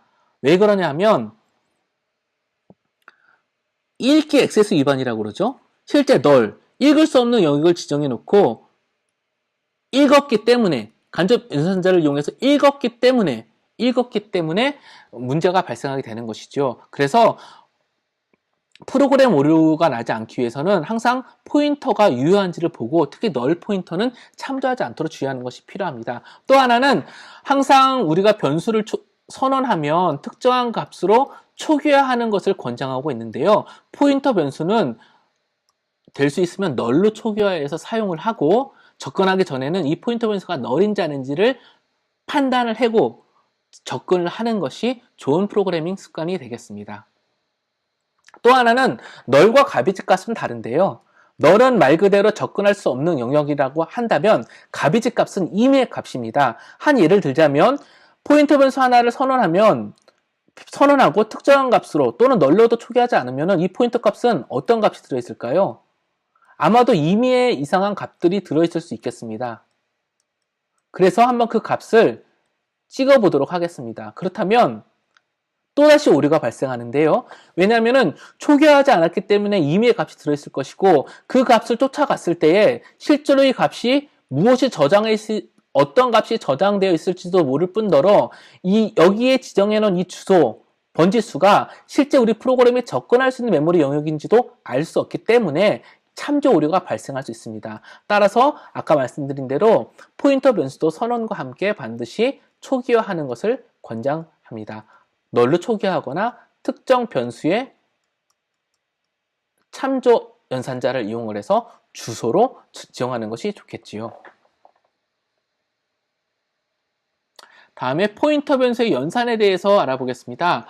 포인터 변수도 플러스, 마이너스 등 증감 연산자를 이용할 수 있는데요. 바꿔 말하면 포인터 변수에 저장되어 있는 주소값을 증가시키거나 감소하겠다는 겁니다. 여기서 중요한 부분이 있는데요. 포인터의 타입을 기준으로 변경된다는 겁니다. 만약에 인티저용 포인터라고 그러면 4바이트씩 변경될 것이고요. 캐릭터용이라고 그러면 1바이트씩 변경될 것입니다. 여기 예를 들면 인티저 포인터의 ptr 밸류에 0x10000이 저장되어 있다면 포인터 플러스에서 1을 증가시킨다고 그러면은 그 크기만큼, 자료용의 크기만큼 주소가 증가가 돼서 그 다음 주소를 가리키게 됩니다. 이것과 같이 포인터의 타입은 그 메모리 영역을 해석하는 것과 함께 포인터 연산에 있어서 굉장히 중요한 역할을 하는 것이지요. 포인터 변수의 플러스 증가 연산을 한번 사용해 보도록 하겠습니다. 일단은 여기에서는 배열을 하나 선언할 텐데요. 배열을 선언한 이유는 연속된 주소 공간을 확보하기 위해서입니다. 왜냐하면 배열은 동일한 크기의 항목을 연속된 메모리 영역에 저장하기 때문이지요. 이러한 배열 이름은 또 앞서 설명드렸듯이 포인터처럼 주소 영역을 가리키는 것처럼 사용할 수 있기 때문에 포인터 변수에 저장도 할 수 있습니다. 세부적인 사항은 요 다음번에 배열과 포인터의 관계에서 다시 설명드리도록 하겠습니다. 그래서 이 배열의 이름으로 포인터 변수를 초기화를 하고요. 이 포인터 변수를 하나씩 증가하면서 찍어보겠습니다. 찍어본다는 거는 그 주소를 찍어보고 그 주소에 저장되어 있는 값을 찍어보겠다는 거죠. 아마도 하나씩 증가할 때마다 주소는 4바이트씩 증가할 것이고 그 값은 저장되어 있는 10, 11, 12가 연속된 메모리 공간에 있기 때문에 출력될 것입니다. 예, 그렇게 출력되는 것을 확인해 볼 수 있습니다. 예, 참고로 총 4개의 항목을 초기화했고 맨 마지막은 0이기 때문에 0이 출력된 것입니다. 이번에는 매개 변수로 포인터를 사용하는 것과 리턴 값으로 포인터를 사용할 때의 주의점을 살펴보도록 하겠습니다. 먼저는 scanf의 함수로 스캔 함수의 인자로 포인터를 이용할 수 있는 것은 이미 알고 계실 것입니다. 그래서 n 밸류의 주소값을 scanf의 파라미터로 전달을 해서 입력받은 값을 저장을 하고 출력을 할 수 있게 되는 것이죠. 여기서 한 가지 주의할 부분이 있습니다. 어떤 부분을 주의해야 될 거냐면 실제로 scanf에 %d 정수형을 입력받겠다는 거고 그 말은 4바이트 크기의 데이터를 정수형은 4바이트니까요. 입력받아서 저장하겠다는 겁니다. 근데 만약에 실수로 캐릭터형 변수의 주소를 넘겼다면 어떤 일이 발생하냐면요. 1바이트의 메모리 영역망을 전달한 결과가 되기 때문에 결과적으로는 문제가 발생합니다. 아무도 메모리 침범 우려가 발생하겠죠. 왜냐하면 4바이트를 써야 하는데 4바이트를 가져와야 하는데 실제로는 1바이트밖에 공간을 전달하지 않았기 때문입니다. 이처럼 포인터를 사용할 때에는, 주소를 사용할 때에는 영역, 접근할 수 영역, 데이터 타입에 굉장히 주의를 기울여야 합니다. 또 하나는요, 그 콜바이 밸류와 콜바이 레퍼런스와 관련된 부분이 있습니다. 이미 콜바이 밸류에 대해서는 설명을 드렸는데요. 콜바이 밸류를 이용해서 호출 쪽에 있는 변수는 교환할 수 없습니다. 왜냐하면은 함수의 호출은 스택을 통해서 이루어지고 각각의 값이 직접 복사가 되어서 사용되기 때문에 그렇습니다. 일단은 코드를 통해서 다시 한번 확인해 보도록 하겠습니다. 수압이라는 함수를 만들었는데요. 두 개의 인테저 값을 파라미터로 받아들입니다. 그래서 일단은 어떠한 식으로 동작하는지를 먼저 보게 되면요. 콜바이 밸류 방식으로 파라미터 교환이 되는데 전달받은 인자를 각각 서로 교환하게 됩니다. 이 교환하는 방식은 이미 여러 번 설명드렸으니까 다시 한번 눈으로 확인해 주시기 바랍니다. 실질적으로 수압이라는 함수 내에서 파라미터 값은 실질적으로 변경이 됐습니다. 그런데 호출 쪽에서 확인을 해보면 두 가지 변수 x와 y를 수압이라는 함수에 전달을 해서 실질적으로 내부적으로는 이 값이 교환이 됐지만 결과적으로 다시 수압이라는 함수가 리턴이 돼서 그 x, y를 찍어보면 바뀌지 않은 것을 알 수 있습니다. 그 이유는 이미 이전 챕터에서도 설명드렸지만 콜바이 밸류 방식은 변수의 전달과 교환이 변수의 전달이 스택을 이용해서 실제 값이 복사돼서 전달되기 때문에 전혀 메인 쪽의 변수에는 영향을 주지 않기 때문인 것이죠. 그렇기 때문에 콜바이 호출 방식으로는 변수의 전달과 교환으로 파라미터의 변수값을 변경할 수 없습니다. 바꿔 말해서 파라미터로 전달한 이 x와 y 값을 바꿀 수 없다는 의미입니다. 그리고 이것은 콜바이 레퍼런스 방식으로 구현할 수 있습니다. 콜바이 레퍼런스 방식은 실제 그 변수의 값을 복사해서 전달하는 것이 아니라 변수가 저장되어 있는 주소값을 전달하는 것입니다. 여기 보면 수압 함수를 호출할 때에 주소를 전달하지요. 곧 그 주소를 전달하기 때문에 그 주소를 참조해서 쫓아가게 되면 실제로 그 변수에 전달되어 있는 값을 수정하거나 조작할 수 있게 되는 것이죠. 바로 코드를 통해 살펴보겠습니다.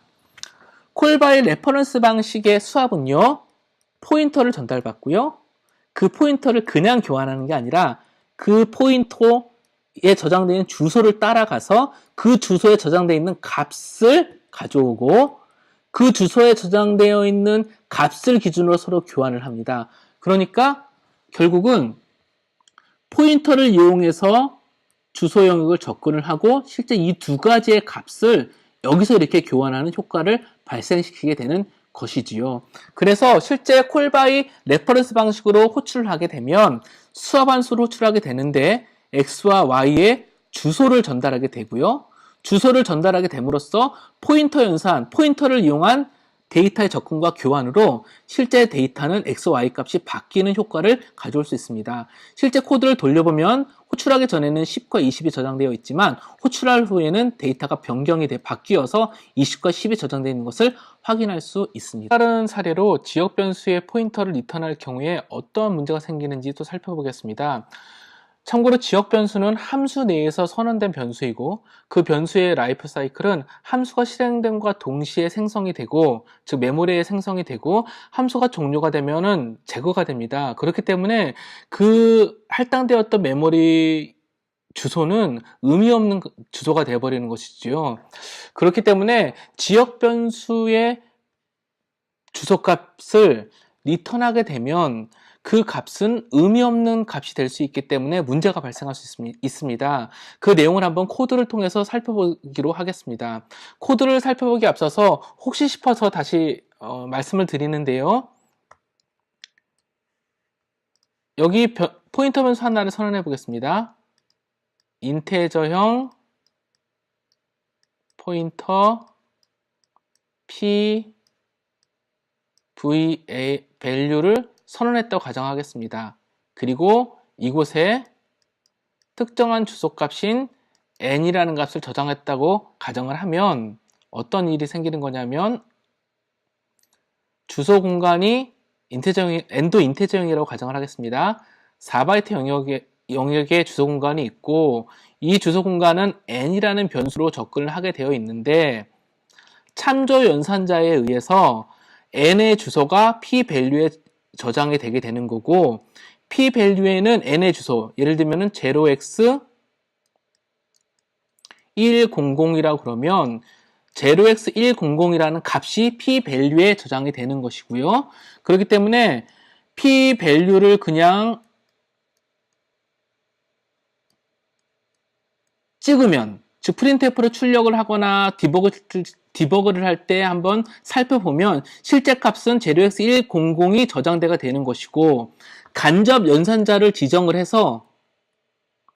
하게 되면, 즉 p-value라는 포인터 변수 앞에 간접 연산자인 별표를 붙이게 되면 p-value가 가리키는 주소, 즉 0x100에 저장되어 있는 값을 참조한다는 의미입니다. 그러니까 p-value와 간접 연산자가 붙은 별표 p-value의 차이점을 정확히 아셔야 하는 거지요. 아마 어렵지 않은 부분이고 또 하나는 코드 내에서도 이미 여러 번 반복된 내용이기 때문에 익히 아시리라고 생각하겠습니다. 혹시 몰라서 다시 한번 설명을 드렸습니다. 이제 get int ptr라는 함수를 살펴볼 텐데요. 인테저형 포인터를 리턴을 하고요. 좀 공교롭게도 지역 변수로 선언되어 있는 n 밸류의 주소를 리턴합니다. 그러면 문제점이 있는데요. get int pt라는 함수가 실행이 종료가 되면 지역 변수인 n 밸류도 메모리에서 사라지게 되고, 즉 그 지역 변수가 사용했던 주소도 어떻게 되는지 모른다는 거죠. 그래서 이렇게 리턴 받은 지역 변수의 그 주소는 사용하게 됐을 때는 어떤 문제를 발생시킬지 모르게 되는 겁니다. 그래서 다시 메인 함수로 돌아와서 get int ptr를 통해 가지고 주소를 가져오고 그 주소를 가지고 한번 찍어봅니다. 주소 값을 찍고 그 주소가 가리키는 값을 한번 찍어봅니다. 아마도 의도는 이 주소가 가리키는 n 밸류, 즉 10의 값이 찍히기를 바랬겠지만 결과는 그와 다르죠. 실제 실행된 결과를 보겠습니다. 포인터에 저장되어 있는 주소값은 0x96f950으로 정확히 찍혔을지 모르겠지만 그 96f950이 가리키고 있는 주소에 저장되어 있는 값은 어떤 임의의 값이죠. 우리가 기대했던 것과는 다릅니다. 이처럼 지역 변수에서 선언한 변수의 주소를 리턴에 사용하게 되면 의미 없는 임의의 경우에 따라서는 참조 불가능한 영역의 주소가 될 수도 있기 때문에 문제가 발생하므로 주의하여야 합니다.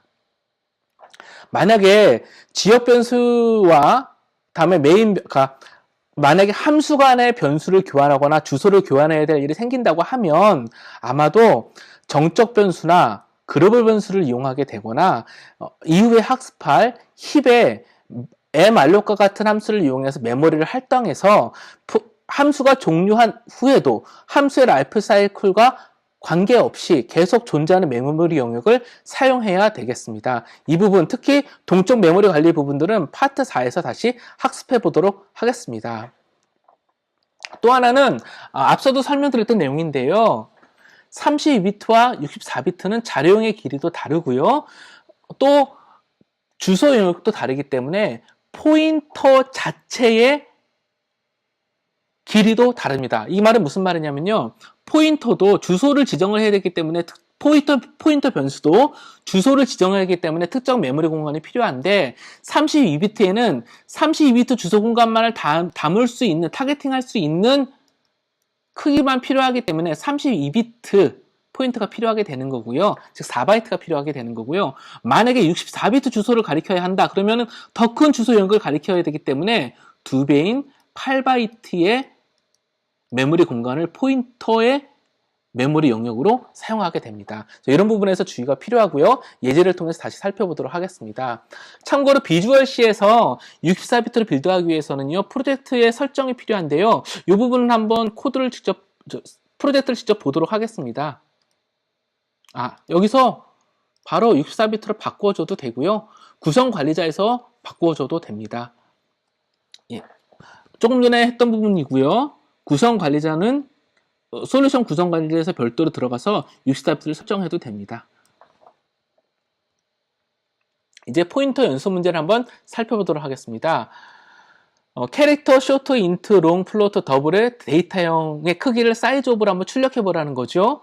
근데 32비트, 64비트로 각각 빌드에 출력해 보라는 얘기입니다. 즉, 메모리 영역에 각 데이터 타입이 어느 정도의 크기로 자리 잡히는지를 보겠다는 얘기죠. 찍어보면 1, 2, 4, 4, 4, 8로 32비트, 64비트가 동일합니다. 다만 이것은 윈도우즈 7 64비트에서 테스트한 저의 경우에 해당되는 것이고요. 만약에 물론 32비트로 빌드를 하고 64비트로 빌드를 해서 각각 실행한 거긴 합니다. 근데 시스템 상황에 따라서 이것은 달라질 수도 있습니다. 그렇기 때문에 독자 여러분들께서는 본인의 PC에서 한번 빌드를 해서 테스트해 보시기를 바랍니다. 또 하나는 이제 반면에 포인터는 좀 다릅니다.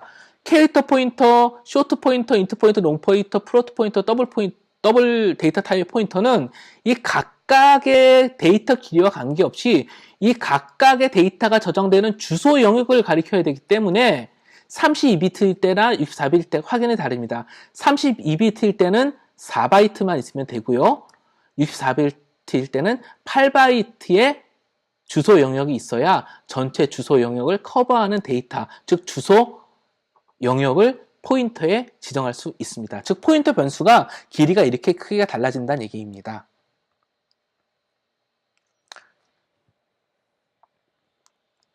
이제 또 다른 예제로 참조연사자를 이용해서 주소를 찍어봤습니다. 아마 굉장히 간단한 예제이니까 특별히 어려움 없이 바로 이해하실 수 있으리라고 생각합니다. 자, 그 다음에는요, 이것도 역시 주석과 해설 내용을 보시면 특별하게 어렵지 않으실 텐데요. 결국은 스캔F의 인자로 주소가 오게 되는데, 변수의 주소를 직접 입력할 수도 있고, 포인터 변수에 저장되어 있는 주소를 입력할 수도 있다라는 그런 의미입니다. 그거 외에는 특별한 내용이 없고요. 이렇게 만약에 포인터 변수를 통해 가지고 데이터 입력을 받으면요, 실제 그 포인터 변수는 이 nvalue 언더바 1, nvalue 언더바 2가 가리키는 영역이기 때문에 실제 여기에 데이터를 입력하게 되면은 nvalue 1과 nvalue 2의 값이 변경되는 효과를 일으킬 수 있습니다. 그 내용입니다. 이제는 call by reference의 또 다른 형태인데요.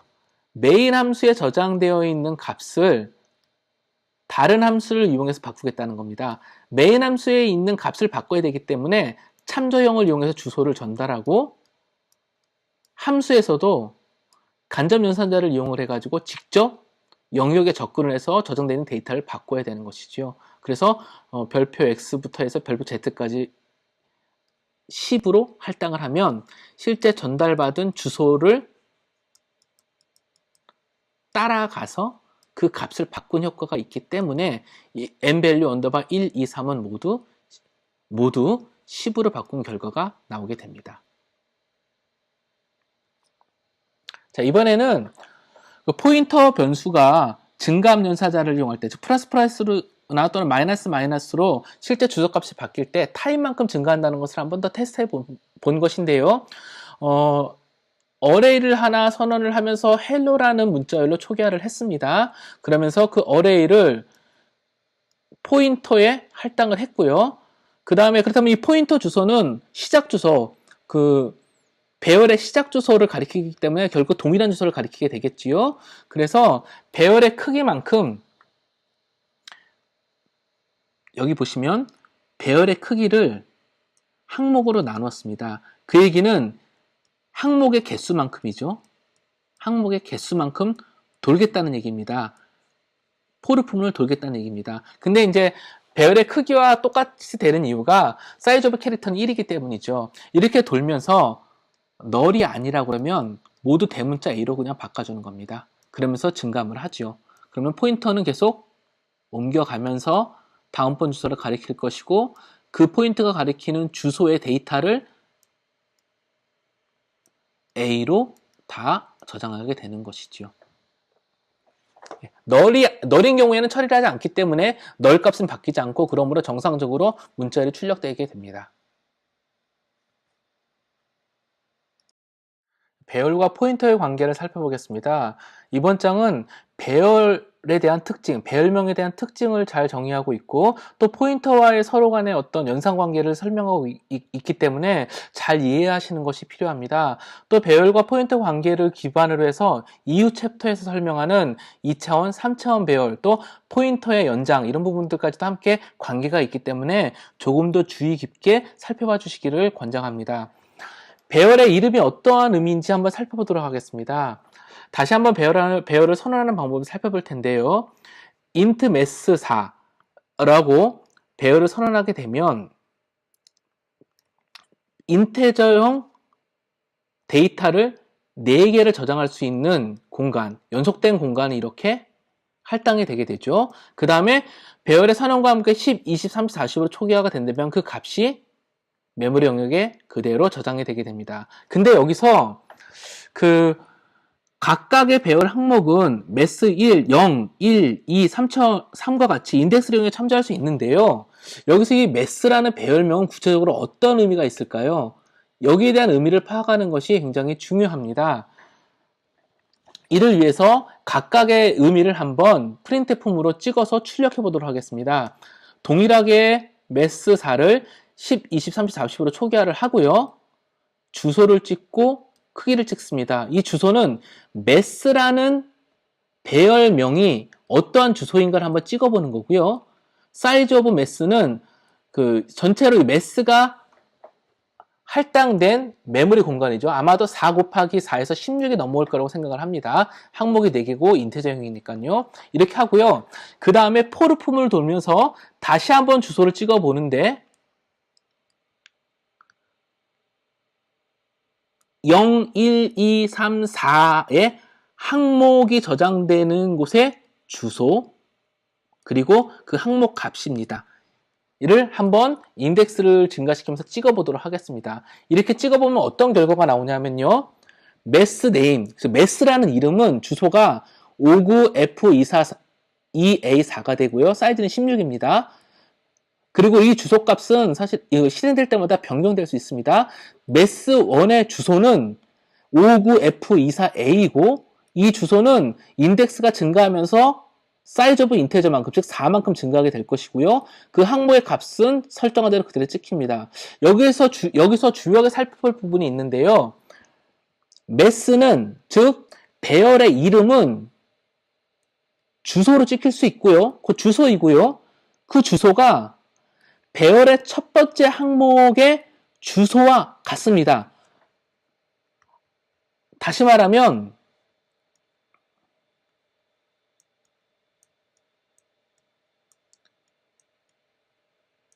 매스라는 배열을 만들고 값을 저장을 했는데 매스라는 배열명은 주소를 가리키는 포인터였는데 그 포인터가 첫 번째 항목이 저장되어 있는 주소라는 거죠. 어떻게 보면 매스가 가리키는 배열의 시작 주소와 첫 번째 항목에 저장되는 주소가 같다고도 볼 수 있겠습니다. 자, 이처럼 배열명은 포인터로 사용할 수가 있는데요. 다만 한 가지 다른 점은 상수 포인터라는 겁니다. 즉, 이 배열명을 상수 포인터이긴 하지만 다른 값, 예를 들면 다르게 선언한 배열 B를 이렇게 이 주소를 매스에 대응할 수는 없다라는 거죠. 그 내용을 한번 코드로 살펴보도록 하겠습니다. 여기 매스와 잉글리시라는 4개의 길이를 가진 배열을 선언했습니다. 그리고 역시 그 내용을 살펴보기 위해서 역시 각각의 배열명이 정말 포인터인가 주소인가를 살펴보기 위해서 아예 포인터 연산을 이용해서 찍어봤습니다. 주소를 인덱스만큼 증가시키고요. 만약에 배열 이름이 정말 포인터였다면 인덱스 플러스 연산을 하게 되면 이거 값만큼, 즉 항목 값인 사이즈 오브 인트만큼 계속 주소가 증가할 것이고, 그 주소 값을 간접 연산자로 참조를 하면 실제 값들이 찍혀야겠지요. 정말 그렇게 되는지 한번 보도록 하겠습니다. 인덱스 값이 증가할수록 주소도 동일하게 4바이트 증가를 했고요. 정확히 찍히는 것을 확인할 수 있습니다. 한편 비록 주소를 가리키는 포인터 변수, 즉 포인터 변수이지만 상수 포인터 변수이기 때문에 매스에다가 잉글리시 주소를 대입할 수는 없습니다. 오류가 발생합니다. 그래서 배열명은 다음과 같이 정의할 수 있습니다. 배열의 시작 주소를 가리키며 변경할 수 없는 상수 포인터입니다. 그렇다면 배열의 시작 주소는 무엇이냐? 배열의 첫 번째 항목이 저장된 주소입니다. 이 배열명의 정의를 정확히 기억해 주시기 바랍니다. 왜냐하면 나중에 2차원 배열이나 3차원 배열도 이거의 확장을 이해할 수 있기 때문입니다. 이제는 배열명을 포인트에 저장해서 한번 이용해 보겠습니다. 매스라는 배열을 선언하고요. 인티저 포인터에다 매스라는 배열의 주소를 저장을 하고요. 또 바꿔 말하면 첫 번째 항목의 주소를 다시 저장하고요. 이것을 포르폼을 돌면서 찍어봤습니다. 그랬을 때 아마도 동일한 결과가 나오겠지요. 네, 동일한 주소가 4씩 증가하면서 찍히고요. 또 하나는 값도 정확히 찍히는 것을 확인할 수 있습니다. 이처럼 배열명은 상수 포인터고요. 일반 포인트 특성에 따라서 그대로 사용할 수가 있습니다. 이때 사용하는 포인터, 즉 포인터 배열이죠. 배열을 저장하는 포인터를 뭐라고 얘기하느냐면 배열 포인터라고 합니다. 헷갈리지 말아야 되실 게 포인터 배열과 다릅니다. 포인터 배열은 포인터를 항목으로 갖고 있는 배열을 의미하는 거고, 배열 포인터는 배열의 주소를 저장하고 있는, 즉 배열 이름을 갖고 있는 포인터 변수를 의미하는 겁니다. 한 가지 더 팁이 있는데요. 만약에 함수 sum이라는 함수의 파라미터로 배열을 전달한다고 해보겠습니다. 즉 배열의 값을, 배열에 저장되어 있는 모든 항목을 더해서 토탈을, 전체의 합계를 리턴하는 또는 출력하는 함수가 있다고 했을 때 배열을 어떻게 전달해야 할까요? 함수의 파라미터로 배열형을 지정해 줄 수는 없습니다. 결국은 배열 이름과 함께 혹은 배열 포인터를 전달할 수밖에 없는데요. 그때 사이즈를 함께 지정을 해줘야 됩니다. 즉 배열이 총 몇 개 항목으로 구성되어 있냐라는 사이즈를 알려줘야 합니다. 그 이유는 왜 그러냐 하면요, 이렇게 살펴볼 수 있는데요. 만약에 사이즈를 전달하지 않고 배열 포인터만 전달하게 된다면요, 만약에 이 sum 함수 이전에 array라는 배열이 있다고 가정을 하면,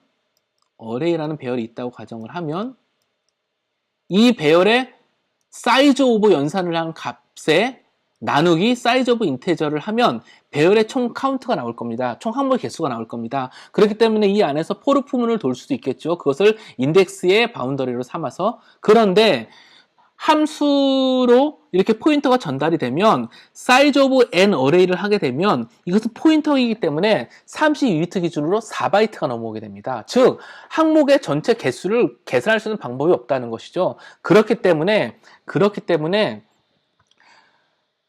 함수의 파라미터로 배열을 전달할 때는 배열 포인터와 함께 그 배열의 항목 개수를 추출할 수 있는 배열의 전체 크기나 혹은 배열의 항목 개수 자체를 두 번째 파라미터로 전달해주게 됩니다. 그러면은 내부적으로 직접 배열의 항목 개수를 사용을 하거나 아니면은 size of integer, 즉 배열의 타입을 이용을 해서 그 배열의 항목 개수를 계산해서 사용할 수 있게 되는 것이지요.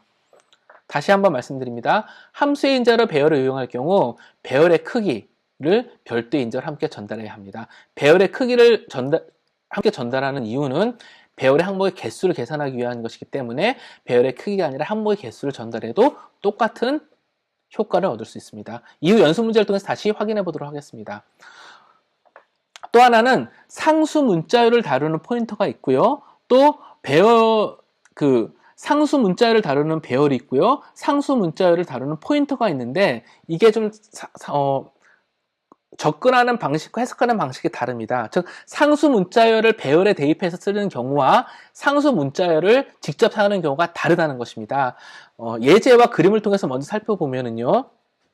상수 문자열, 예를 들면 헬로 월드라는 의미는 우리가 문자열이라고 해서 그냥 프로그램 내에 사용을 했지만 실제적으로는 주소가 할당되어 있는 것이고요. 그 주소를 따라가면, 문자열 주소를 따라가면 헬로 월드가 저장되어 있고 널로 종료가 됩니다. 즉 헬로 월드를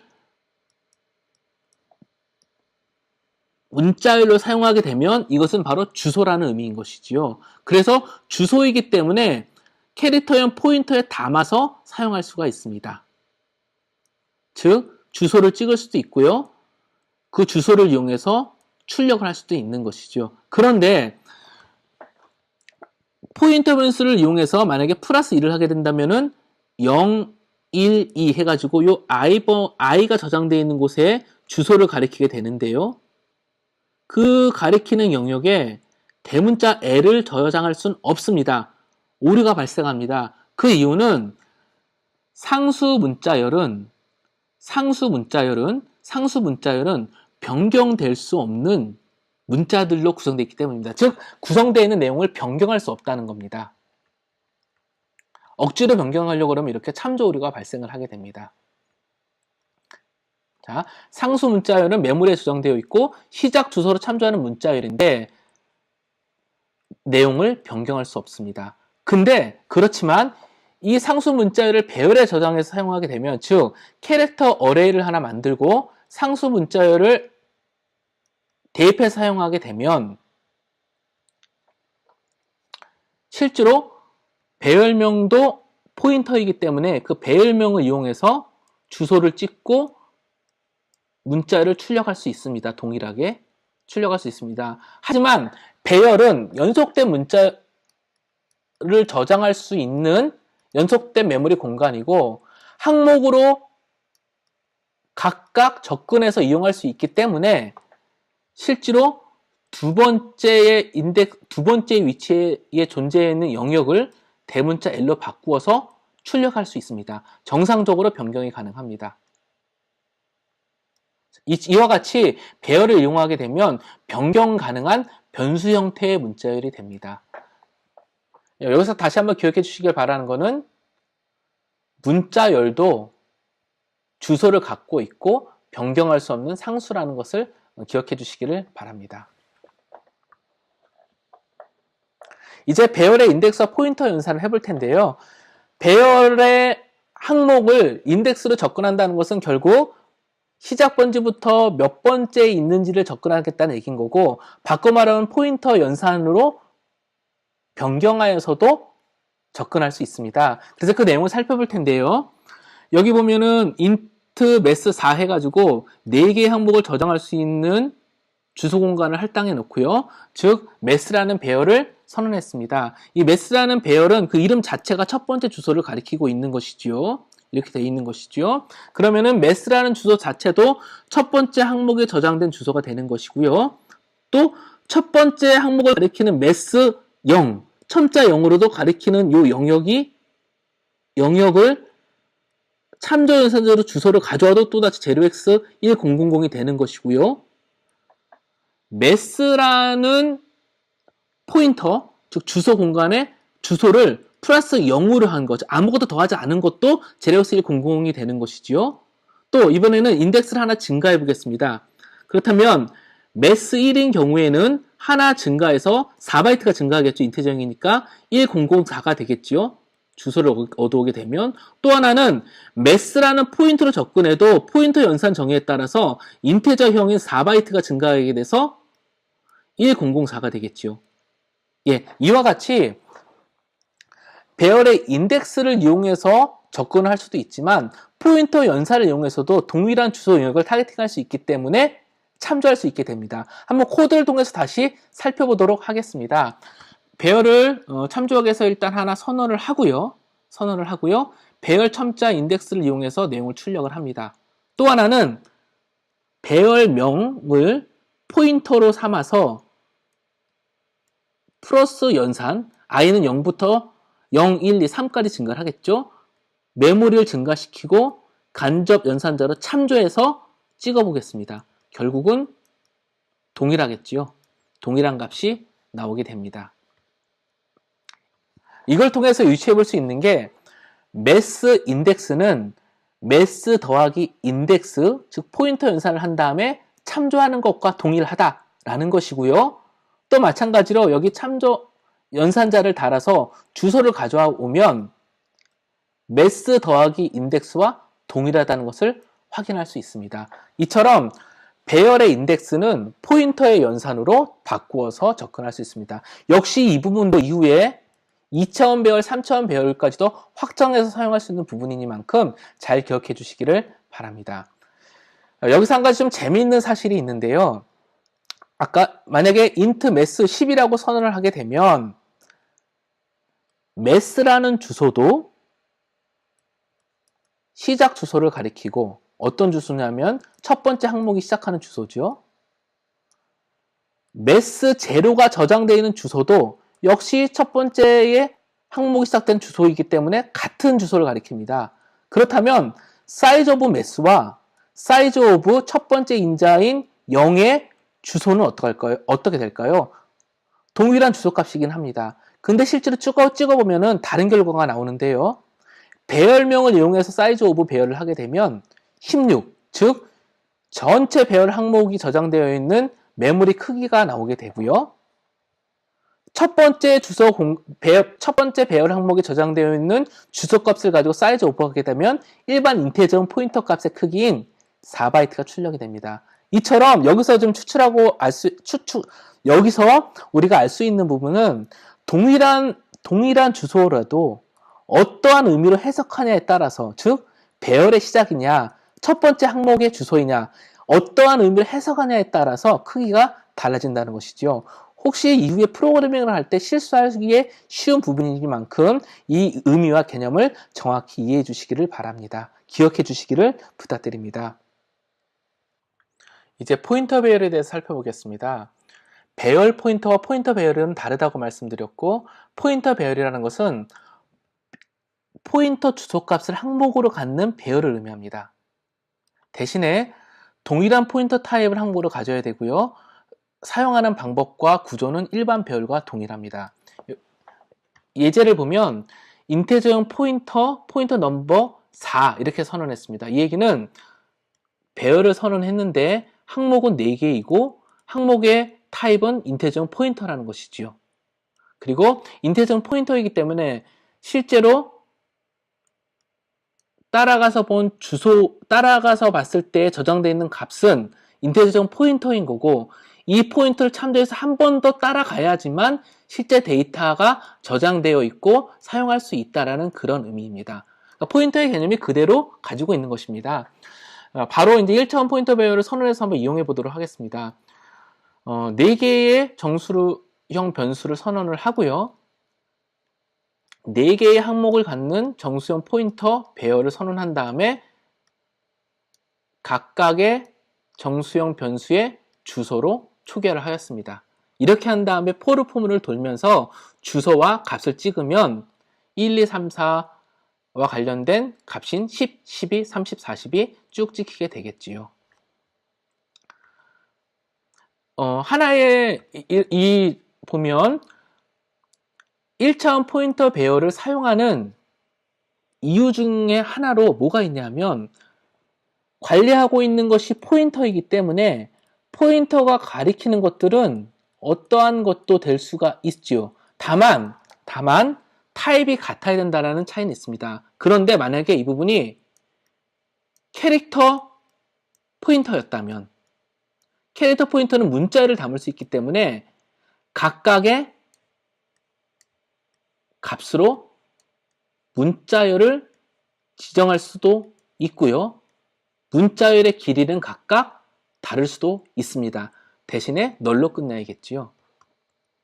그 의미를 설명하는 겁니다. 4개의 캐릭터 포인터형을 저장하는 4개의 항목을 갖는 배열을 선언했는데요. 그 배열의 주소가 저장되어 있는 항목이죠. 항목이 주소를 가리키는 건 당연한 건데 따라가 보니 그것이 Hello World I am very happy라는 각각 다른 길이의 문자열을 가리키고 있는 것입니다. 이처럼 포인터 배열을 이용하면 각각 다른 길이의 데이터에 대한 주소를 항목으로 하여서 가변 길이의 배열 효과를 가질 수도 있습니다. 보다 자세한 내용은 다처한 배열과 동적 할당 주제에서 다시 한번 살펴보도록 하겠습니다. 배열과 포인터의 연습 문제를 한번 살펴볼 텐데요. 역시 세부적인 내용은 주석과 해설을 살펴봐 주시기 바라고 주요한 항목을 중심으로 살펴보도록 하겠습니다.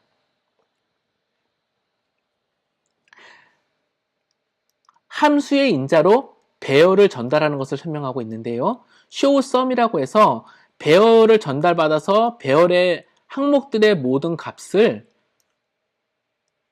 계산해서 출력하는 그런 함수가 되겠습니다. 근데 함수의 파라미터로 배열 자체로 바로 전달할 수는 없고 배열에 대한 포인터와 그 배열의 크기를 추측할 수 있는 값을 전달해야 된다고 말씀드렸습니다. 그래서 여기서는 배열 포인터와 함께, 배열명 자체가 포인터니까요. 배열 포인터와 함께 전체 배열 크기를 사이즈 오브 인트로 나누어서 배열 항목의 개수인 4를 파라미터로 전달을 해서 for 표문을 이용해서 합계를 구하고 있습니다. 이 합계를 구하게 됩니다.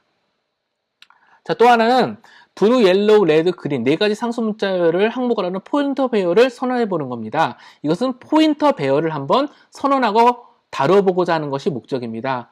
선언하는 방식은 일반 배열의 선언과 동일하고요. 캐릭터 포인터 타입이기 때문에 캐릭터 포인터 타입인 문자열을 지정할 수 있는 것입니다.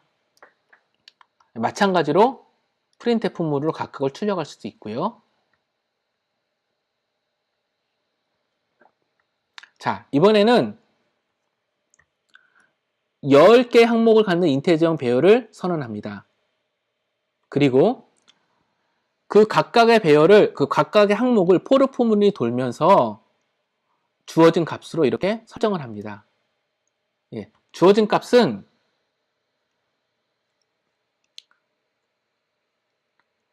10, 20, 30, 40 해가지고 10씩 증가하는 값이 되겠죠. 이거 계산하면 그렇게 됩니다. 그 다음에 이러한 그 매스 배열의 이름을 정수형 포인터, 즉 배열 포인터죠. 배열 포인터에 지정을 하고 이 배열 포인터를 이용해서 두 번째, 네 번째, 여섯 번째, 여덟 번째에 해당되는, 정확히 말하면 2, 4, 6, 8의 위치에 해당되는 항목을 포인터로 연산을 한 후 접근을 해서 바꿔주게 됩니다. 출력을 하게 됩니다. 그래서 결과적으로 30, 50, 70, 90이라는 값이 출력이 되게 되는 것이지요. 자, 또다시 이제 다른 내용을 볼 텐데요. 정수형 배열을 하나를 선언을 합니다. 10, 20, 30, 40으로 초기화를 하고요. 또 하나는 좀 재밌는데요. 정수형 포인터 배열을 선언을 하고 앞서 선언한 매스도 포인터잖아요. 그 포인터를 이용을 해서 이렇게 초기화를 합니다. 아마도 매스로부터 시작을 해서 플러스 첫 번째, 플러스 2번째, 플러스 3번째 해당되는 주소값들이 p 매스 어레이의 각각 항목값으로 저장이 되게 되겠지요. 그러면서 for 부분을 돌면서 실제 그 p 매스 어레이에 저장되어 있는 주소를 따라가서 그 값을 10씩 증가합니다. 즉 매스에 저장되어 있는 항목이 10씩 증가하는 효과를 나타내게 되는 것이지요. 그래서 20, 30, 40, 50이 출력되는 결과가 나오게 되는 것입니다. 자, 이번에는 그 문제를 먼저 살펴볼 텐데요. A, B, C, D, E, F의 문자열로 1차열 배열을 초기화하고 선언한 다음에 이 문자열을 역순으로 되도록 배열을 하는 것입니다. 여러 가지 방법이 있을 텐데요. 우리는 콜바이 레퍼런스 함수인 수압이라는 함수를 하나 정의해서 사용해 보겠습니다. 자, 먼저 결과부터 보게 되면요. A, B, C, D, E, F가 F, E, D, C, B, A로 바뀐다는 거는요. 이런 식으로 자리를 바꾸면 되겠지요. 순서대로 이렇게 교차의 색에서 자리를 바꿔가면 되는 겁니다. 그것을 함수로 구현해 본 것입니다. 먼저는 콜바의 레퍼런스 방식으로 호출되는 수합 함수는 주소를 전달받아서 그 주소 안에 저장되어 있는 데이터 값을 서로 교환하는 겁니다. 즉 호출한 쪽의 데이터를 교환하는 효과를 가지고 오는 것이죠. 이미 여러 번 사용했던 함수입니다. 먼저는 어레이 스트링 하나를 A, B, C, D, E, F로 선언을 하고요. 잘 선언되는지 한번 찍어봅니다. 그 다음에 포인터로 접근하기 위해서 물론 어레이 스트링을 직접 이용할 수도 있지만 캐릭터 포인터 하나, 즉 배열 포인터 하나를 선언하고요. 그 배열명을 저장을 합니다. 그리고 첫 번째와 다섯 번째, 0번째와 즉 0번째와 다섯 번째 항목을 교환을 하고요. 두 번째와 세 번째 항목을 교환을 하고요. 그 다음에 첫 번째와 네 번째 항목을 교환합니다. 0번째, 다섯 번째, 첫 번째, 네 번째, 두 번째, 세 번째를 각각 교환합니다. 이렇게 되게 되면은 특별하게 별도의 어레이를 다시 구성해서 복사하지 않아도 바로 여기서 이 어레이 주소 안에서 이 어레이 항목 안에서 자리 바꿈이 생기게 되는 것이죠. 이런 코딩 패턴도 한번 눈으로 익혀보시고 이후에 필요하시면 한번 적용해서 사용해 보시는 것도 좋겠습니다.